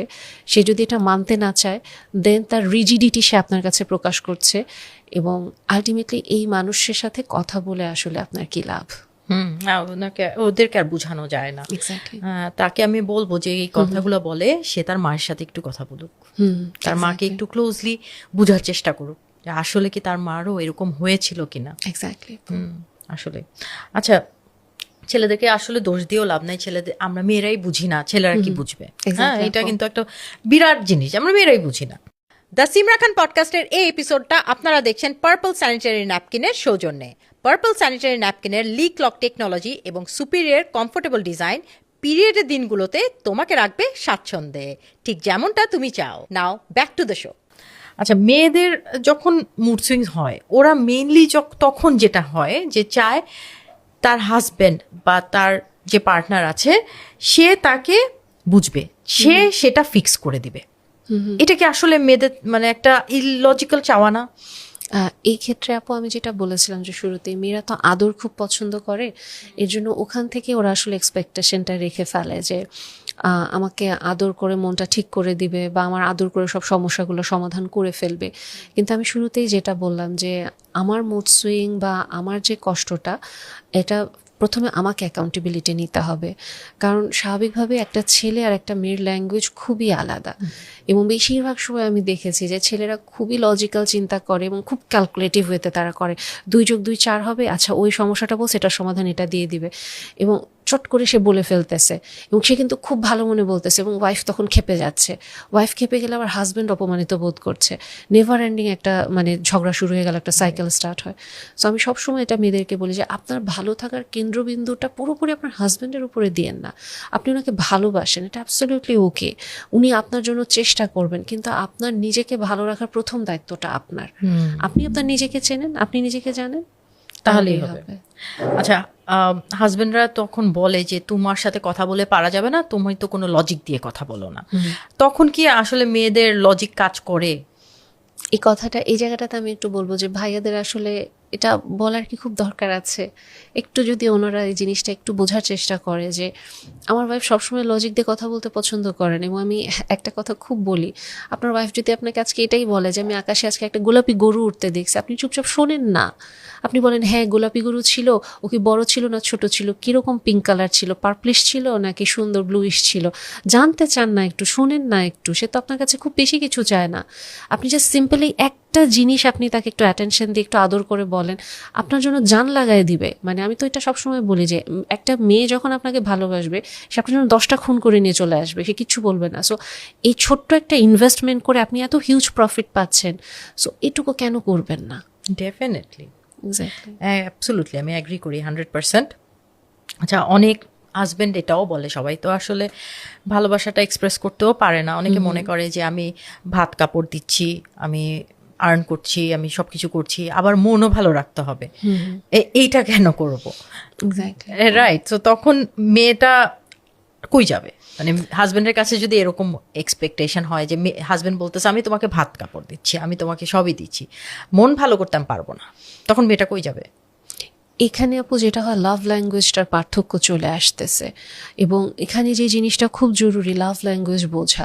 কারণ মেয়েটা যখন তাকে বলছে যে আমি তো তোমার কাছে ডায়মন্ডের রিং চাই না, আমি তো তোমার কাছে আজকে হচ্ছে খুব দামি দামি বিভিন্ন কোম্পানি বা বিভিন্ন রকম হচ্ছে গিয়ে ল্যাভিশ কোনো জায়গায় খেতে যাও, এগুলোও চাচ্ছি না, আমি তো তোমার জন্য চাচ্ছি তুমি সামান্য আমাকে একটা ফুল এনে দাও বা আমার সাথে বসে একটু সময় কাটাও। কিন্তু ওখানে ছেলেটার মাথায় যেটা কাজ করে ডিফারেন্ট লাভ ল্যাঙ্গুয়েজ, আমাকে অ্যাক্ট অফ সার্ভিস প্রোটেক্ট করতে হবে, প্রোভাইড করতে হবে, যেটা একটা ছেলেকে শেখানো হয়। এবং মেয়েটা ওই সময় কোয়ালিটি টাইম চাচ্ছে, মেয়েটা ওই সময় চাচ্ছে হচ্ছে ফিজিক্যাল টাচ। সো এই জিনিসটা খুব জরুরি। আমার পার্টনার কি কমপ্লেন করে, এইটা হচ্ছে তার লাভ ল্যাঙ্গুয়েজ।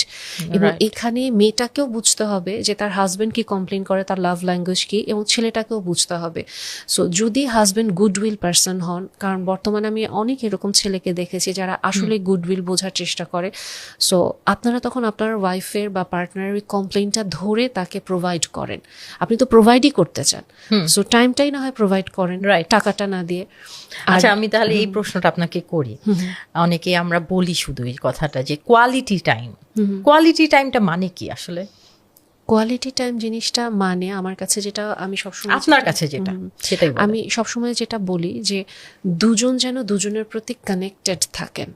কোয়ালিটি টাইম এমনও হতে পারে আমরা দুজন বসে সিনেমা দেখতেছি, বাট কেউ কানেক্টেড না দুজনের সাথে, দুজনই দেখতেছে আচ্ছা ঠিক আছে, কারণ এটা একটা রুটিন, আমরা ঠিক করছি দুজন কোয়ালিটি টাইম কাটাবো, প্রতি বৃহস্পতিবার রাতে আমরা সিনেমা দেখি, বাট কেউ কারোর সাথে কানেক্টেডই না, এটা কোয়ালিটি টাইম না। আপনি যখন সিনেমাটা দেখেন, তারপর দুজন এটা নিয়ে কনভারসেশন করেন, বা দুজন যদি আপনার ফিজিক্যালি কানেক্টেড থাকতে চেষ্টা করেন, ফিজিক্যালি কানেক্টেড থাকেন, বা আপনি যদি ইমোশনালি কানেক্টেড থাকেন, প্রেজেন্ট থাকেন দুজনের প্রতি।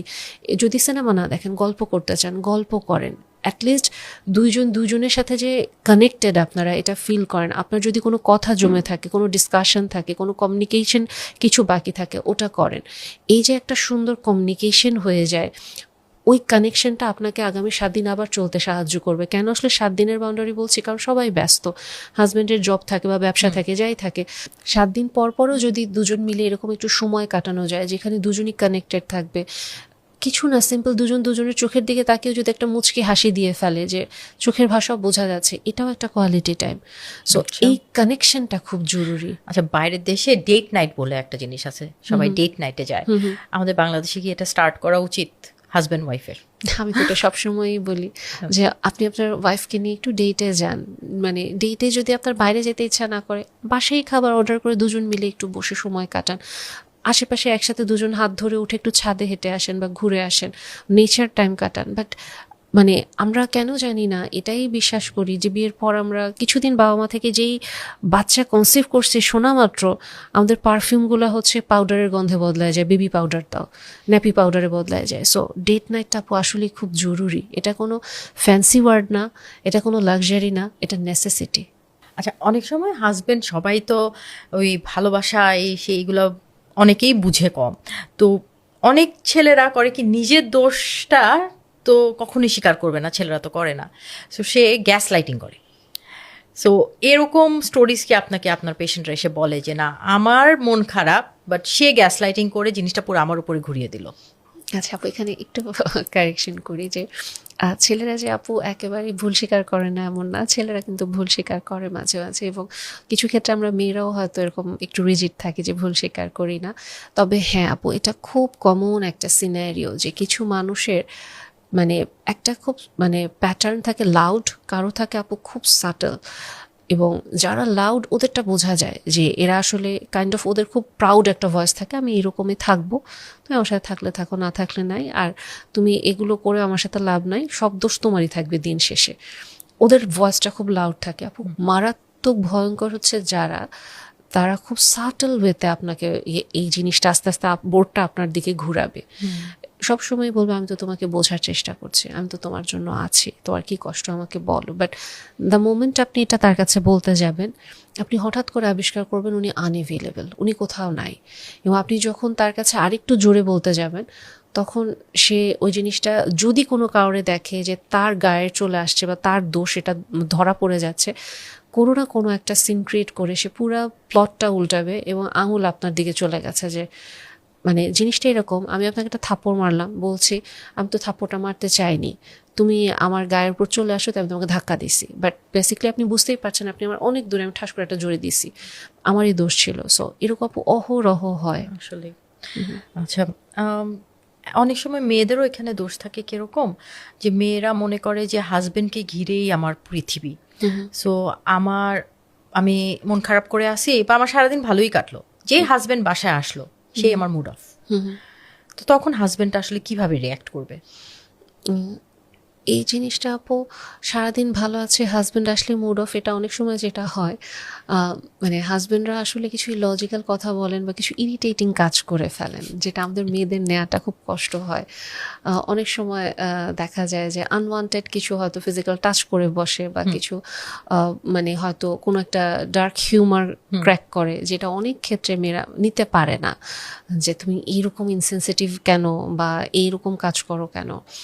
বা অনেক সময় দেখা যায় হয়তো হাজবেন্ড কোনো একটা কারণে বিজিও, মেয়েটা খুব উৎসাহ নিয়েছিল, ওটা দেখো মুড অফ হয়ে যায়। সো বিভিন্ন কারণে মুড অফ হয়ে যায় মেয়েটার।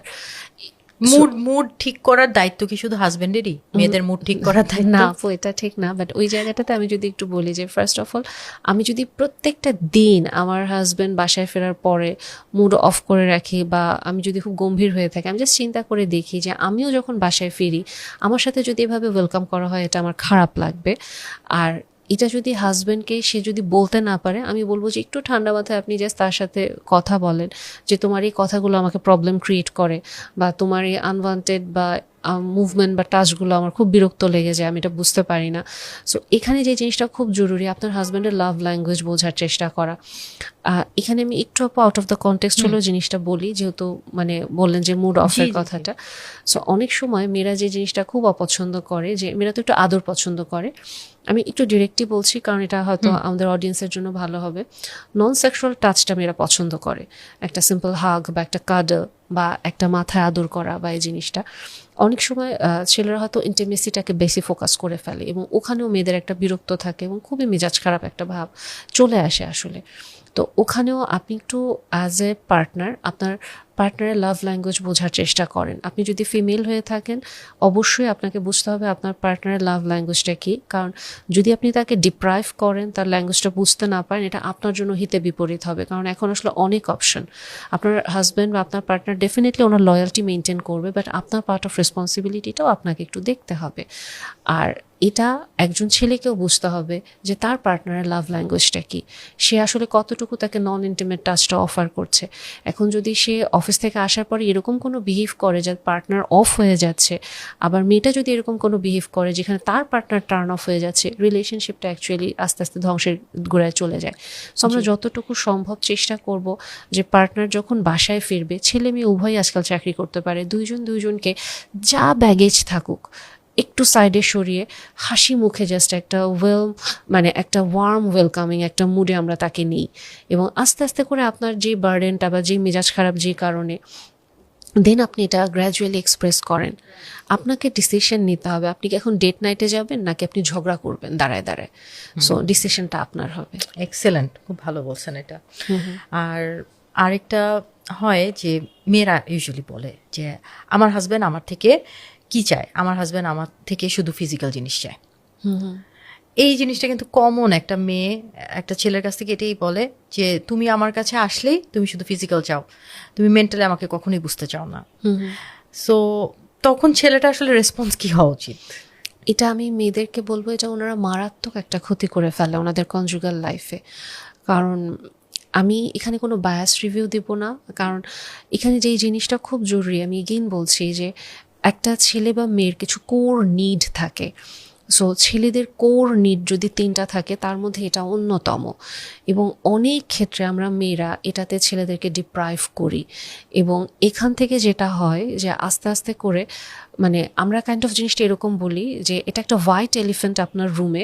সো আপনি বুঝতেও পারছেন না আপনার সংসার কেন ভাঙছে, আপনি বুঝতেও পারছেন না আপনার রান্না ভালো, তাও আপনার রান্না খেয়ে আপনার হাজব্যান্ড বলছে খাবার ভালো হয়নি, আপনার সাথে খিটখিট আচরণ করছে, আপনার দিকে তাকায় না, আপনার কোনো প্রশংসা করে না, কারণ আপনি তার কোর নিড ফুলফিল করেননি।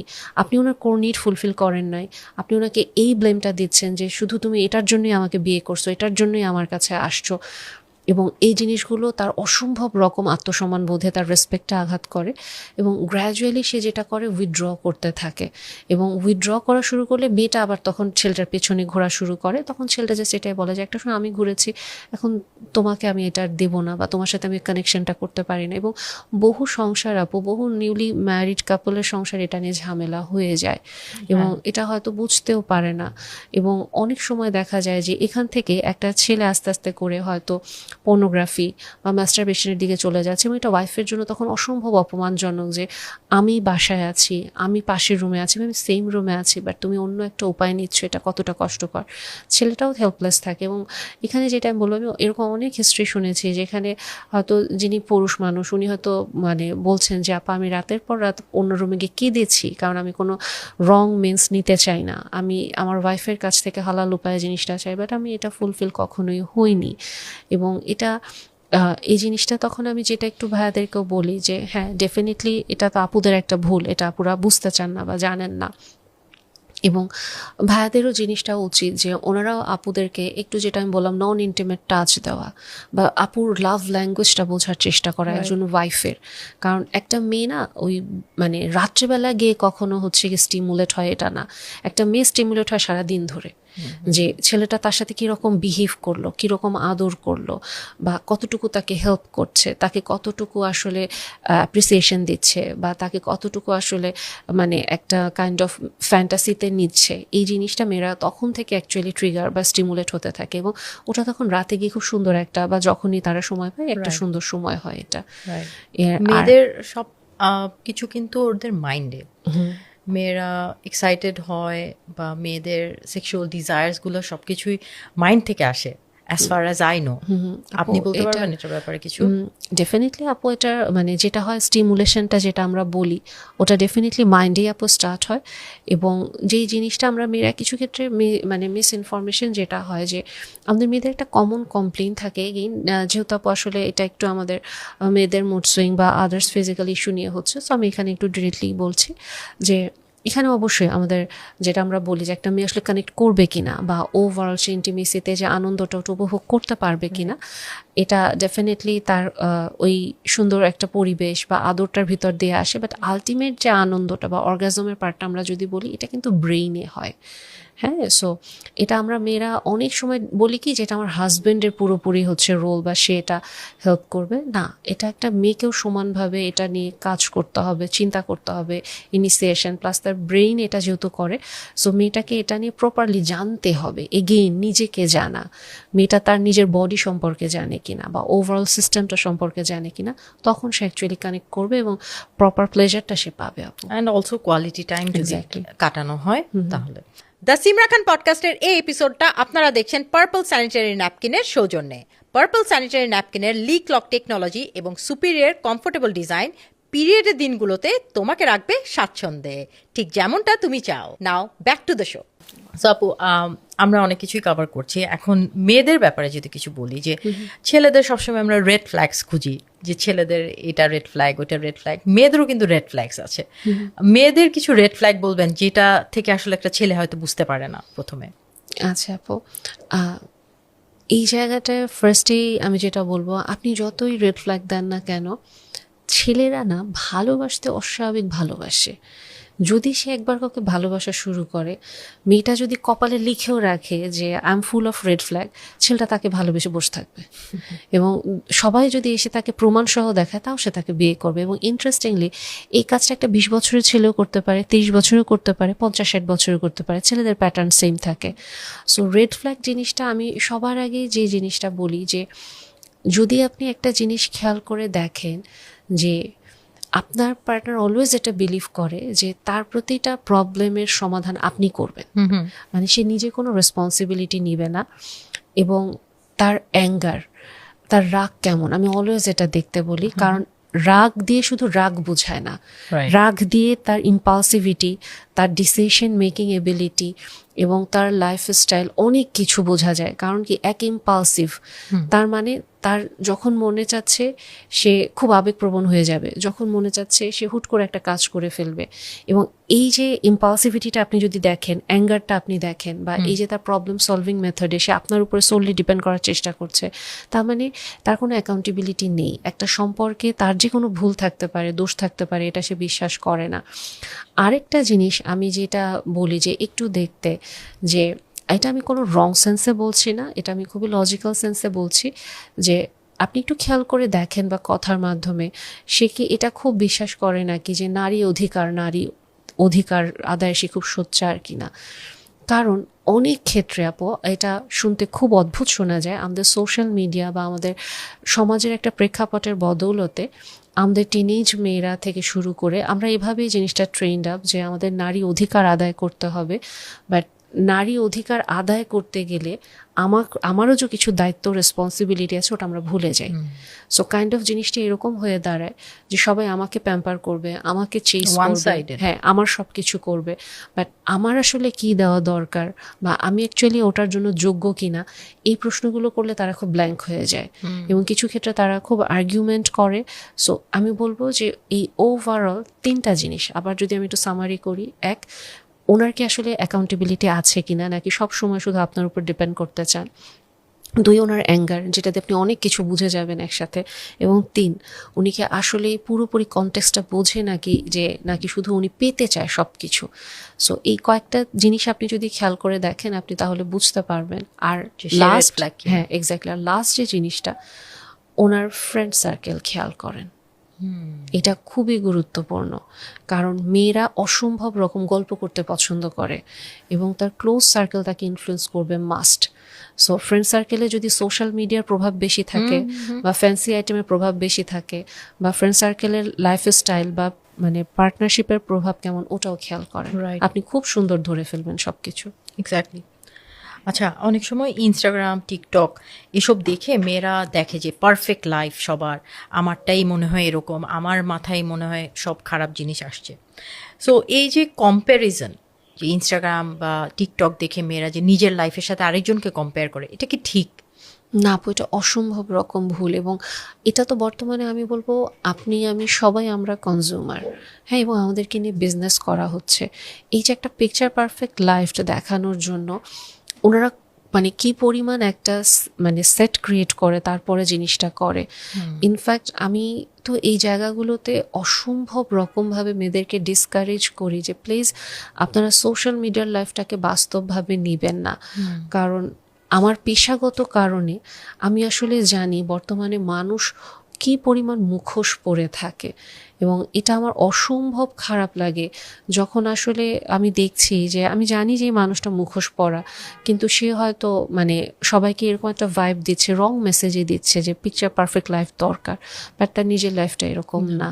আসলেই না, এটা মানুষ যেটা দেখায় এটা আসলেই না। আমরা অনেক কিছুই বিশ্বাস করি, অনেক কিছুই মানে মানে কি বলবো, আমরা বোকার মতো বিশ্বাস করে ফেলি যে দেখলাম হাজব্যান্ড ওয়াইফ হাত ধরে ছবি তুলতেছে, আমার হাজব্যান্ড সেদিন ইন্টারেস্ট নেই, আমার হাতও ধরতে চায় না, বাস মুড অফ, মেজাজ খারাপ, তুমি তো আমাকে ভালোবাসো না, এই যে দেখো উনি কত সুন্দর বউকে নিয়ে বিদেশে যায়, ঘুরতে যায়।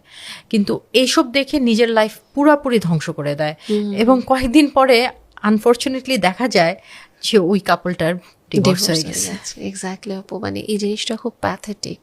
এবং আমি এটাই আর কি সবসময় বলি যে আপনি ফেসবুক বা সোশ্যাল মিডিয়া জগৎটা আপু এরকম যে আমাদের 20 বছরের মেয়েরা 25 বছরের মেয়েরা অস্বাভাবিকভাবে ইনফ্লুয়েন্স হচ্ছে আপু, এবং সত্য মিথ্যা যাচাই করার ওদের কোনো ওই ধারণাটাই নাই, শক্তিই নাই।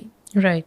আচ্ছা আপু, আমি আপনাকে একটা একটু ইসলামিক অ্যাঙ্গেলে যদি কোয়েশ্চেন করি, যে আমাদের ছেলেদেরকে এবং মেয়েদেরকে পার্টনার করে ওয়ার্ল্ডে পাঠিয়েছেন আল্লাহ, তো এই পার্টনারশিপটার মধ্যে এত ঝামেলা কেন হচ্ছে?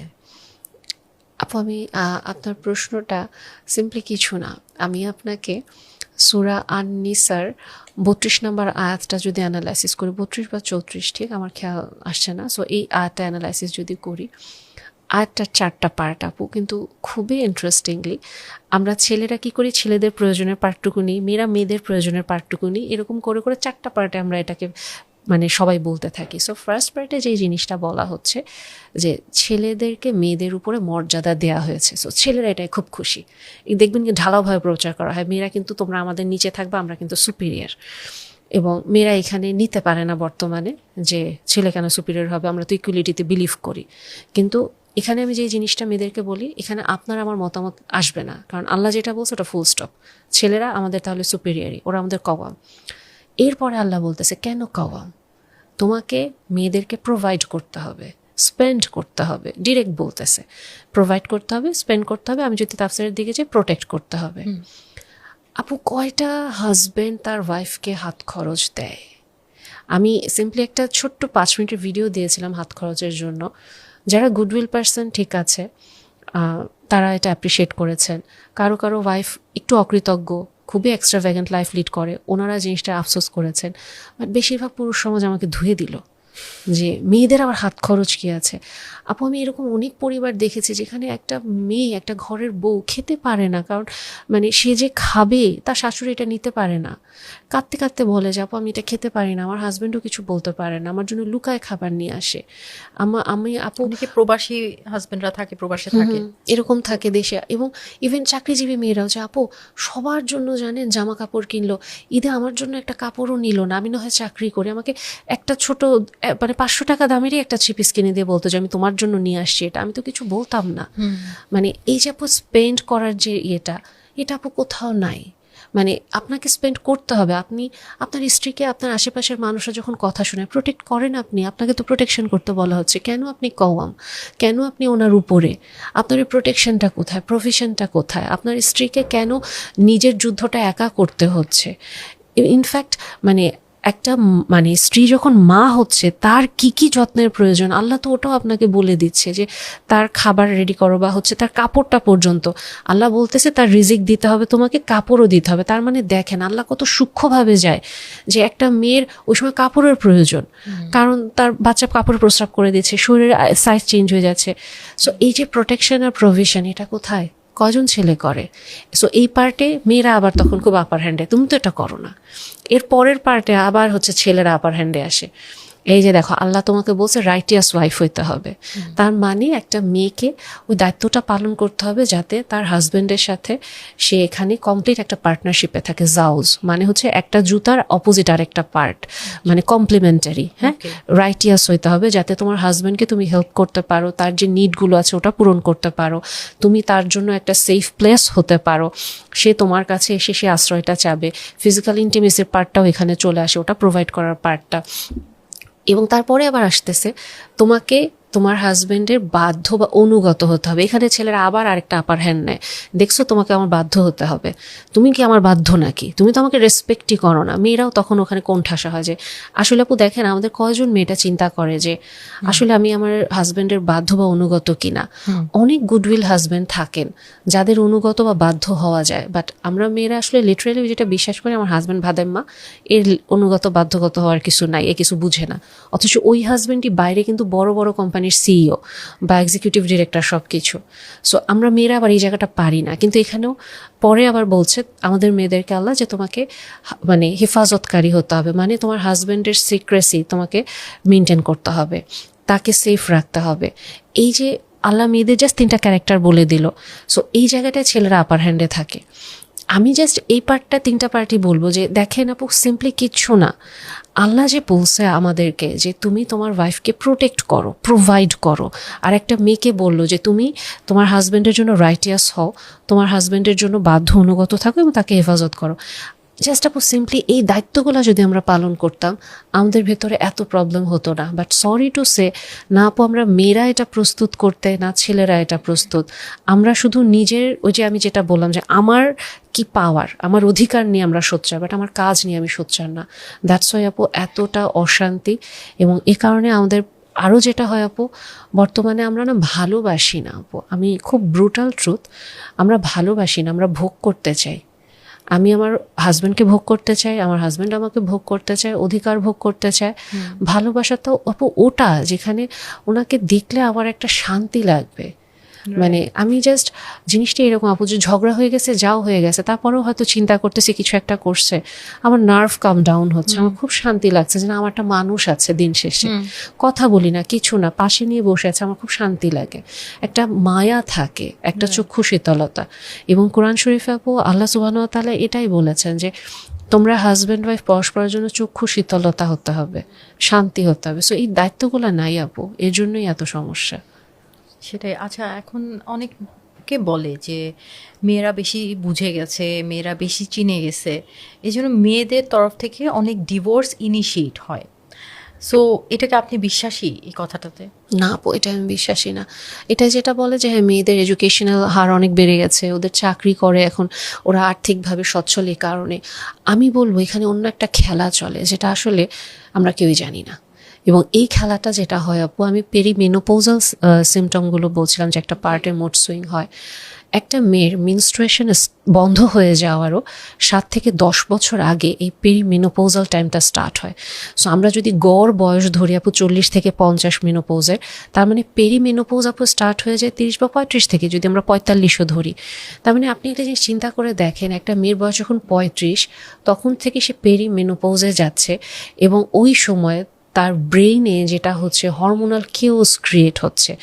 আমাদের ব্রেইনে যেটা আস্তে আস্তে করে, আমি যদি গল্পের ছলেই বলি, আমাদের ব্রেইনে 2জন বস থাকে আর আমাদের নিচে একজন কর্মচারী থাকে। সো ওই যে সিনিয়র বস, সে জুনিয়র বসকে বলে এই তাড়াতাড়ি ইস্ট্রোজেন পাঠাইতে বলো, তখন সে কর্মচারীকে বলে কি ইস্ট্রোজেন পাঠাইতে বলো।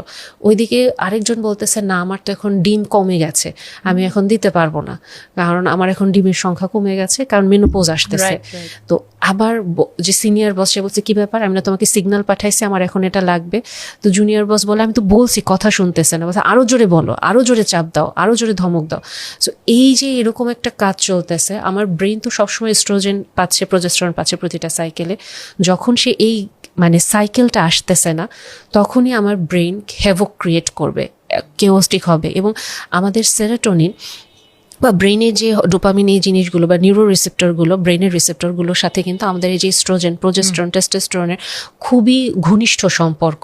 এবং এগুলোর যখনই আপু চেঞ্জ আসে, আমরা মেয়েরা কিন্তু ডিপ্রেশনে চলে যাই, এংজাইটিতে যাই। সো এই যে আপু ডিভোর্স ইনিশিয়েট করে, এটা আসলে মেয়েরা তো অ্যাকচুয়ালি এডুকেশন বা আর্নিং তো 35 বা 40-এ হয় না, ওরা তো 20-25 বছর থেকে আস্তে আস্তে যদি ক্যারিয়ারে দাঁড়ায় যায় 25 থেকে 30-এ সে কামানো শুরু করে, তার আইডেন্টিটিও ক্রিয়েট হয়, মোটামুটি ভালো ক্যারিয়ারে চলে যায়। কিন্তু দেখেন ওই সময়ই কেন হয়, কারণ আপু মেয়েরা তখন আস্তে আস্তে করে না ইরিটেট ফিল করতে থাকে, new onset depression, new onset anxiety আসতে থাকে, এবং অনেক ক্ষেত্রে তাদের ফাংশনাল যে ম্যানেজমেন্ট থাকে ওটা তারা হারায় ফেলতে থাকে। অথচ একটা মেয়ের কিন্তু ততদিনে বাচ্চা হয়েছে, বাচ্চা বড় হয়ে গেছে, সে কিন্তু 40-এ গিয়ে ক্যারিয়ারে আরও ভালো করতে যাবে, বাট সে কিন্তু ফল করতেছে, তার কিন্তু সে পারছে না। হঠাৎ করে কোনো এক রাতে তার ঘুম হচ্ছে না, তার এংজাইটি বেড়ে যাচ্ছে, তার বুক ধরফর করে উঠছে, এই যে সে প্রবলেমগুলো ফেস করছে, তার ইরিটেট লাগে। হাজব্যান্ডও এই জিনিসগুলো জানে না, এবং মেয়েটা তো জানেই না আপু। তখন যেটা হয় আস্তে আস্তে করে তার বিরক্ত লাগতে শুরু করে, এবং সে না তখন একটা জিনিস কি যে আমি সারা জীবন তো অনেক ভয়ে ভয়ে ছিলাম, অনেক কেয়ার করেছে, এখন আর কেয়ার করব না। সে তখন নিজেকে, নিজের সেলফকে প্রায়োরিটি দেয়, নিজের সেলফকে সে খোঁজার চেষ্টা করে, রিক্লেম করে, এবং সে তখন একটা পর্যায়ে তার নিজের আত্মসম্মান বোধটা তার জন্য খুব জরুরি হয়ে পড়ে, যে আসলে অনেক সহ্য করেছে, আর পারছি না, সেও আমাকে বুঝতে পারছে না, জীবনে এখন হিসাব মিলাই কি পাচ্ছি কি পাই নাই। এই যে তার হরমোনাল কেউস, নিজেকে খুঁজে পাওয়া, তার নিউ অনসেট মেন্টাল ইলনেস, এই প্রত্যেকটা জিনিস তাকে ট্রিগার করে আপু, এবং ওখান থেকেই সে কিন্তু ফিয়ার্সফুলি ইন্ডিপেন্ডেন্ট হয়, বা তার সেলফ রেসপেক্ট নিয়ে সে সোচ্চার হয়, ডিভোর্সগুলো চলে আসতে থাকে। বাট আমরা আসলে জিনিসটা, হ্যাঁ ওভাবেও বলা যায় এডুকেশনাল রেট, আর্নিং রেট বেড়েছে এটার জন্য, বাট এই খেলাটাও কিন্তু আপু আসলে চলতে থাকে মেয়েদের ভেতরে, যেটা আমরা আসলে জানিও না। আচ্ছা, যেহেতু আমরা পেরিমেনোপজে চলে আসছি, আমি আপনাকে একটা জিনিস বলবো, যেটা হচ্ছে আই এম 40 আপ, অ্যান্ড আমার কিন্তু এখন আমি বলবো যে পেরিমেনোপজই তো চলছে, রাইট?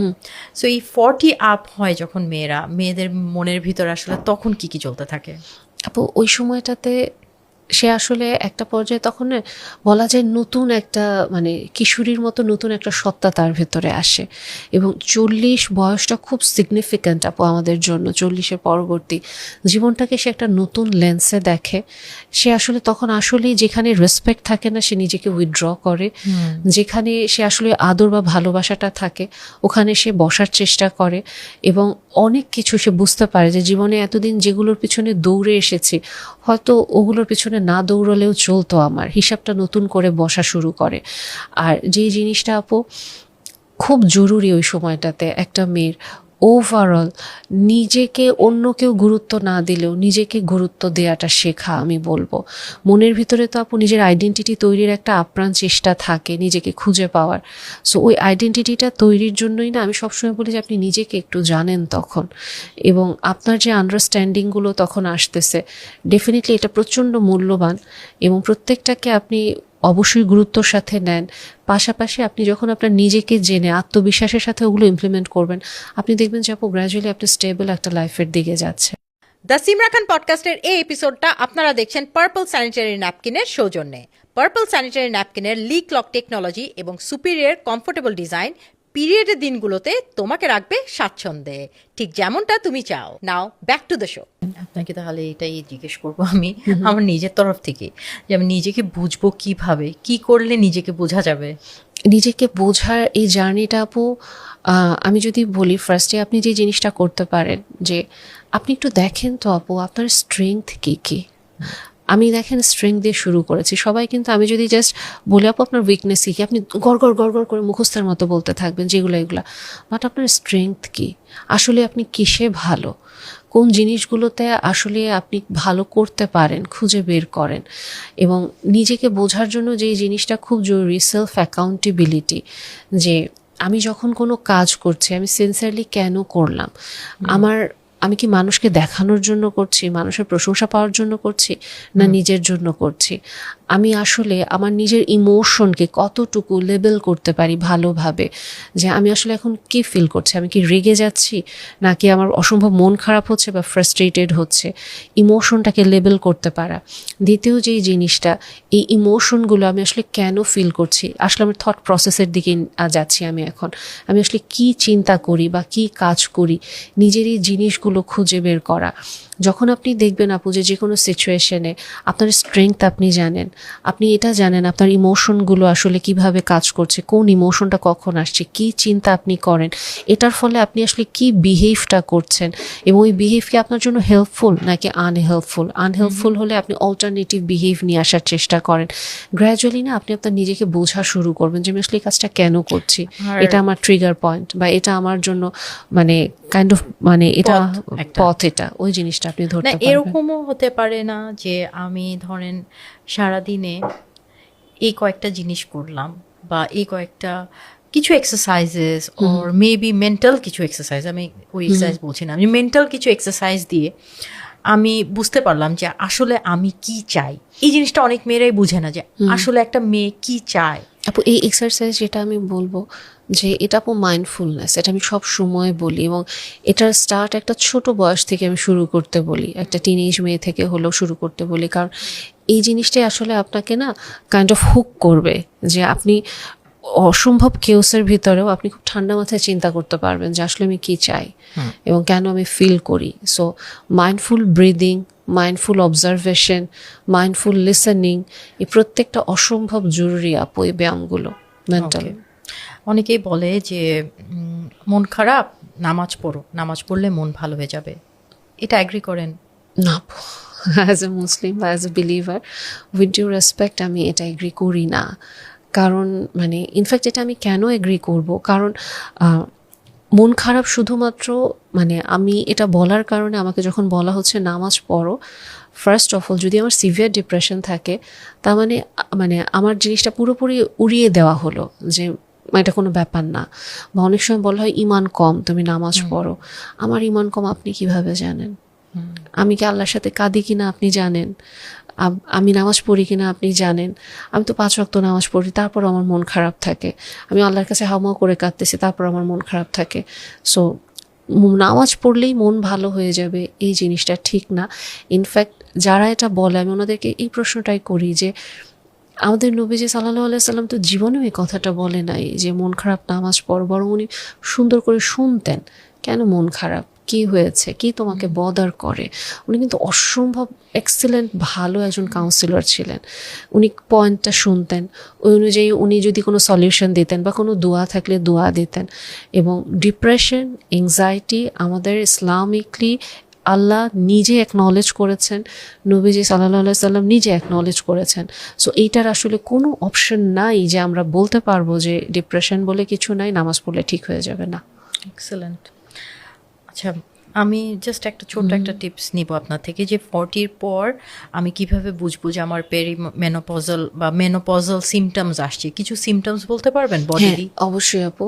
এখানে খুব কমনলি আমরা যেটা বলি যে সবাই আমরা জানি হট ফ্ল্যাশ আসে, কিন্তু কোল্ড ফ্ল্যাশও আসতে পারে। সো এটা দিয়ে আমি ফার্স্টে শুরু করলাম, খুব কমন সিমটম যে হঠাৎ করে বসে আছেন, সবার ঠান্ডা লাগছে কিন্তু আপনার না এমন গরম লাগছে, কান থেকে ধোয়া বের হচ্ছে, বা আপনি বলছেন এসি এসি দাও এসি দাও, সবাই বলতেছে শীতে কাঁপতেছে এসি কেন।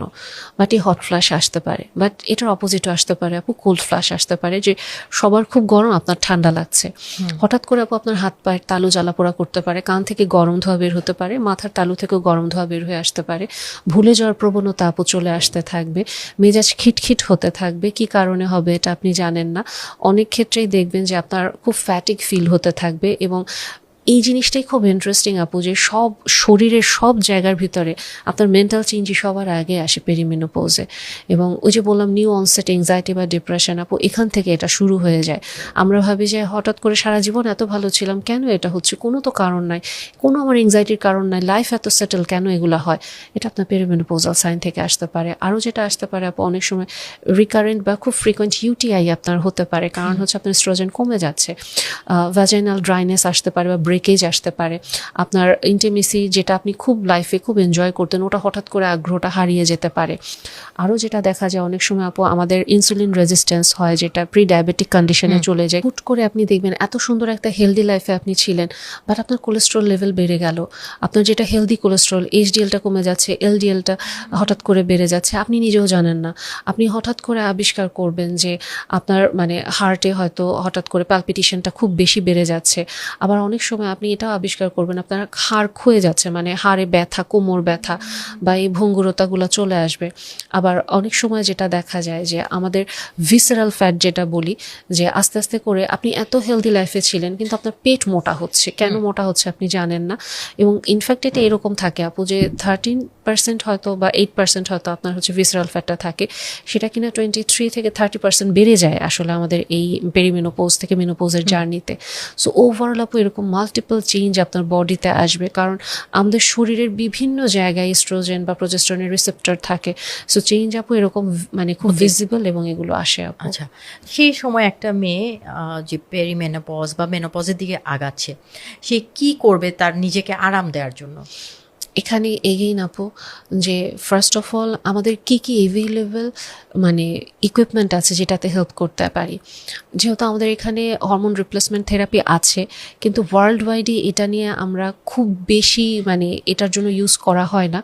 সো এক্ষেত্রে আমি যেটা বলি, আপনি ফার্স্ট আপনার নিউট্রিশনটা দেখেন, আপনার কোনো ডেফিসিয়েন্সি আছে কিনা ওটা চেক করেন, প্রোটিনটা প্লিজ ফিক্স করেন, ফাইবারটা প্লিজ ফিক্স করেন, আপনার খাবারে শাকসবজির পরিমাণটা বাধ্যতামূলক বাড়ায় ফেলেন, দেন আপনি ডেফিসিয়েন্সিটা কারেক্ট করলেন। এবং আপু এইখানে যে জিনিসটা মারাত্মক মারাত্মক প্রয়োজন, আমি বলবো এটা আপনার ফরজ, আপনার স্ট্রেংথ ট্রেনিং বাধ্যতামূলক। আপনি ওয়েট লিফট করেন আপু, না হলে আমাদের মেয়েদের অনেকেরই মায়েদের দেখবেন যে হিপ রিপ্লেসমেন্ট সার্জারি হয় বা কোমর ভেঙে যায়, এবং অনেকেই কিন্তু আপু এটাতে আমরা ব্রুটালি সাফার করি। সো যখন আপনার বোন ডেন্সিটি বাড়বে, যখন আপনার মাসলটা ভালো থাকবে, মাসল ম্যাস, আপনি অনেক এনার্জেটিক থাকবেন। আপনার স্লিপটা আপু মানে পেরিমেনোপজ, আর এটা খুব মারাত্মক একটা সিমটম যে রাতে আপনার ঘুম ভাঙবে হুট করে, এবং ঘুম ভাঙার পর আপনি অনেকক্ষণ ধরে তাকায় আছেন এবং এত চিন্তা মাথার ভিতরে, কেউ কেউ ঘুমায় যায় অথবা কারো কারো ঘুমিয়ে আসতে চায় না, কিন্তু ঘুম একবার ভেঙে যায়। সো এটাও আমি খুব বলি ঘুমটা ঠিক করতে হবে যেভাবে হোক আমাদের। সো আপনাকে ঘুমটার জন্য তখন কাজ করতে হবে, এবং ঘুমের জন্য আপনি মাইন্ডফুলনেস করেন বা এক্সারসাইজ করেন, নিজেকে কাম ডাউন করেন। যদি আপনি দেখেন আপনার এংজাইটি খুব বেড়ে যাচ্ছে, সেই ক্ষেত্রে আমরা একটু লো ডোজ অ্যান্টিডিপ্রেসেন্ট দিয়ে রাখি। এটা আমরা অ্যান্টিডিপ্রেসেন্ট দিয়ে রাখি, বাট ওয়ার্ল্ড ওয়াইড যেটা বলে এখন অ্যান্টিডিপ্রেসেন্টের সাথে অ্যাডজাঙ্ক থেরাপি, মানে একটা অ্যাডেড থেরাপি হিসেবে যদি আমরা হরমোন রিপ্লেসমেন্ট থেরাপিটা আনতে পারি, এটা খুব ভালো কাজ করে। কারণ এটা তো শুধু আসলে আমাদের ডিপ্রেশন এমন না, এটা তো আমাদের পেরিমেনোপজের একটা পার্ট থেকে আসছে, চেঞ্জ আসছে। সো এই কাজগুলো যখন আপনি করবেন, আর ওভারঅল যদি আপনার খুব সিভিয়ার সিমটম চলে আসে, তখন আমাদের যারা গাইনোকোলজিস্ট আছেন ওনারা ইনশাল্লাহ ওভারঅল হরমোন নিয়ে আপনাদের কাজ করেন। তখন এটার কম্বিনেশনে একজন পেরিমেনোপোজাল জার্নিতে থাকা মেয়ে খুব ভালো ফিল করতে পারেন। বাট মানে যেটা মেয়েরা হঠাৎ করে আপু প্রবলেমটা ফেস করে, যে হঠাৎ ফ্যাটিক লাগে, ওই এনার্জিটা আর পায় না বডিতে, এবং তখন আসলে আশেপাশে সবাই একটু বিরক্তই হয় যে সিক হচ্ছ কেন, পড়ে যাচ্ছ কেন, মরে যাচ্ছ। হ্যাঁ, এই কথাটা বলে। আমি এক্সারসাইজ করি, আমি এখন স্ট্রেংথ ট্রেনিং শুরু করেছি, অ্যারোবিক্স করি। যোগাটা আমার মনে হয় ইনক্লুড করা উচিত, যারা 40+ বা 40 ইয়ার্স হয়ে গেছে তাদের যোগা আমার মনে হয় অনেক হেল্প করবে টু কাম মাইন্ডফুলনেস। এখন যোগা মানে কি? যোগা এখন অনেকেই বলে যে ইটস ইসলামিক না বা ইসি। আমি বলবো যে মাইন্ডফুলনেস যেটা বললেন না, ব্রিদিং, কিছু স্ট্রেচিং বাসায় তো করা যায়। এক্স্যাক্টলি আপু, এগুলোর জন্য আসলে বাইরেও যাওয়া লাগে না, অনেক এক্সারসাইজেস ইউটিউবের মাধ্যমে আমরা পেয়ে যাই। আপু এখানে আমি জাস্ট যেহেতু আপনার এটা অনেকেই দেখে, সো এখানে আমি ওয়েট ট্রেনিং এর ক্ষেত্রে একটু যেটা বলি, জি প্লিজ। আমরা মেয়েরা খুব ফ্যান্সি ওয়েট ইউজ করি। আমার খুব কষ্ট লাগে যখন আমি দেখি যে মেয়েরা মানে ইনস্টাতে ছবি দিচ্ছে 2 কেজি ওজনের একটা ডাম্বেল নিয়ে, যে স্টার্টিং মাই মানে ফিটনেস জার্নি। না আপু, আপনি তো 10 কেজি ওজনের বাচ্চা তুলে ফেলতেছেন কোলে। আপনি যে মানে কুরবানি ঈদের সময় আপনি কত বড় বড় হাড়ি নেন, আপনি কেন 2 কেজি ওজনের একটা ডাম্বেল নেন? আপু আপনি 40 কেজি ওঠান, আপনি 50 কেজি ওঠান, এটা কোনো ব্যাপার না আপনার জন্য, আপনার বডি আপনাকে এটা অ্যালাউ করবে। বাট আমরা 1-2 কেজি 3 কেজির উপরে উঠতে চাই না। মানে আমি এটা মেয়েদেরকে হাইলি রিকমেন্ড করি যে না আপু, আপনি টার্গেট করেন আপনি 50 কেজি উঠাবেন, আপনি 70 কেজি উঠাবেন, আপনি 100 কেজি উঠাবেন, আপনি এটা উঠাইতে পারবেন। সো প্লিজ কেউ 1-2 কেজিতে থাকবেন না। ফ্যান্সি ওয়েট লিফটিং এর জন্য আপনি যাচ্ছেন না, আপনি আপনার নিজের মাসল বাড়ানোর জন্য, লংগিভিটি বাড়ানোর জন্য। আর আপনি পুরুষালী হবেন না, আমি এটা আপনাকে ডিড লিখে দিতে পারি। আপনি 100 কেজি উঠালেও আপনি পুরুষালী হবেন না। কেন হবেন না? কারণ আমাদের মেয়েদের শরীরে টেস্টোস্টেরন, ছেলেদের টেস্টোস্টেরন সেম না।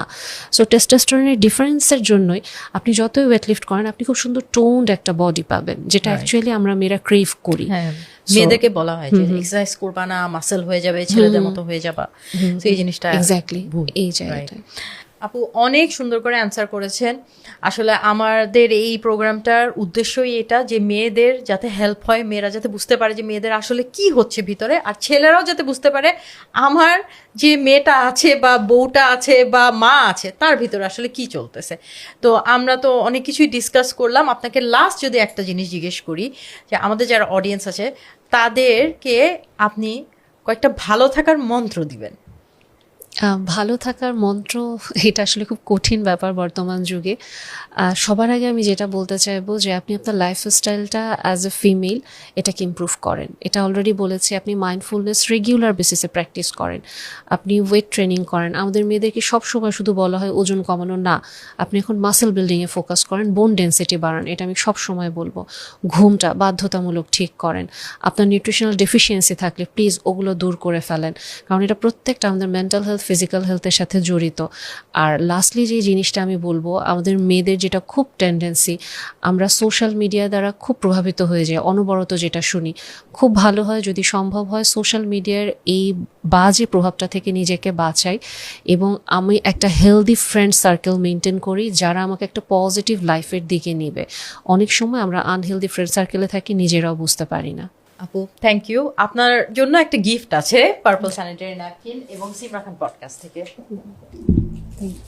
Thank you so much. তো আপু আপনার আমাদের এই প্রোগ্রামে এসে কিছু বলার আছে কিনা, লাস্ট থটস? এটাই আপু, যে আমি আসলে খুবই অ্যাপ্রিসিয়েট করি যে আপনি এই উদ্যোগটা নিয়েছেন, যে মেয়েদের প্রবলেমগুলো নিয়ে কথা বলা, এবং আপনার পডকাস্টগুলো খুবই আপু তথ্য সমৃদ্ধ হয়, যেটা অনেক ক্ষেত্রে মিসিং। আমাদের মেয়েদেরকে না একটা ছোট পুরুষ মানুষ হিসেবে ট্রিট করা হয়, মানে কাইন্ড অফ একটা ছোট পুরুষ মানুষের শরীর বা মন কিভাবে কাজ করে আমাদেরকে ওভাবে দেখা হয়। বাট আমরা মেয়েরা যে পুরোপুরি আলাদা, এটা হয়তো আমরা নিজেরাই অনেক সময় বুঝি না, জানিও না। সো আমি খুবই প্রশংসা করি আপু আপনার এই পডকাস্টগুলোর। আর পার্পল স্যানিটারি ন্যাপকিনকেও ধন্যবাদ যে এই প্রোগ্রামটা ওনারা আমাকে ইনভাইট করেছেন আপনার তরফ থেকে। Thank you so much. ভালো থাকবেন আপু। আসসালামু আলাইকুম। আসসালামু আলাইকুম।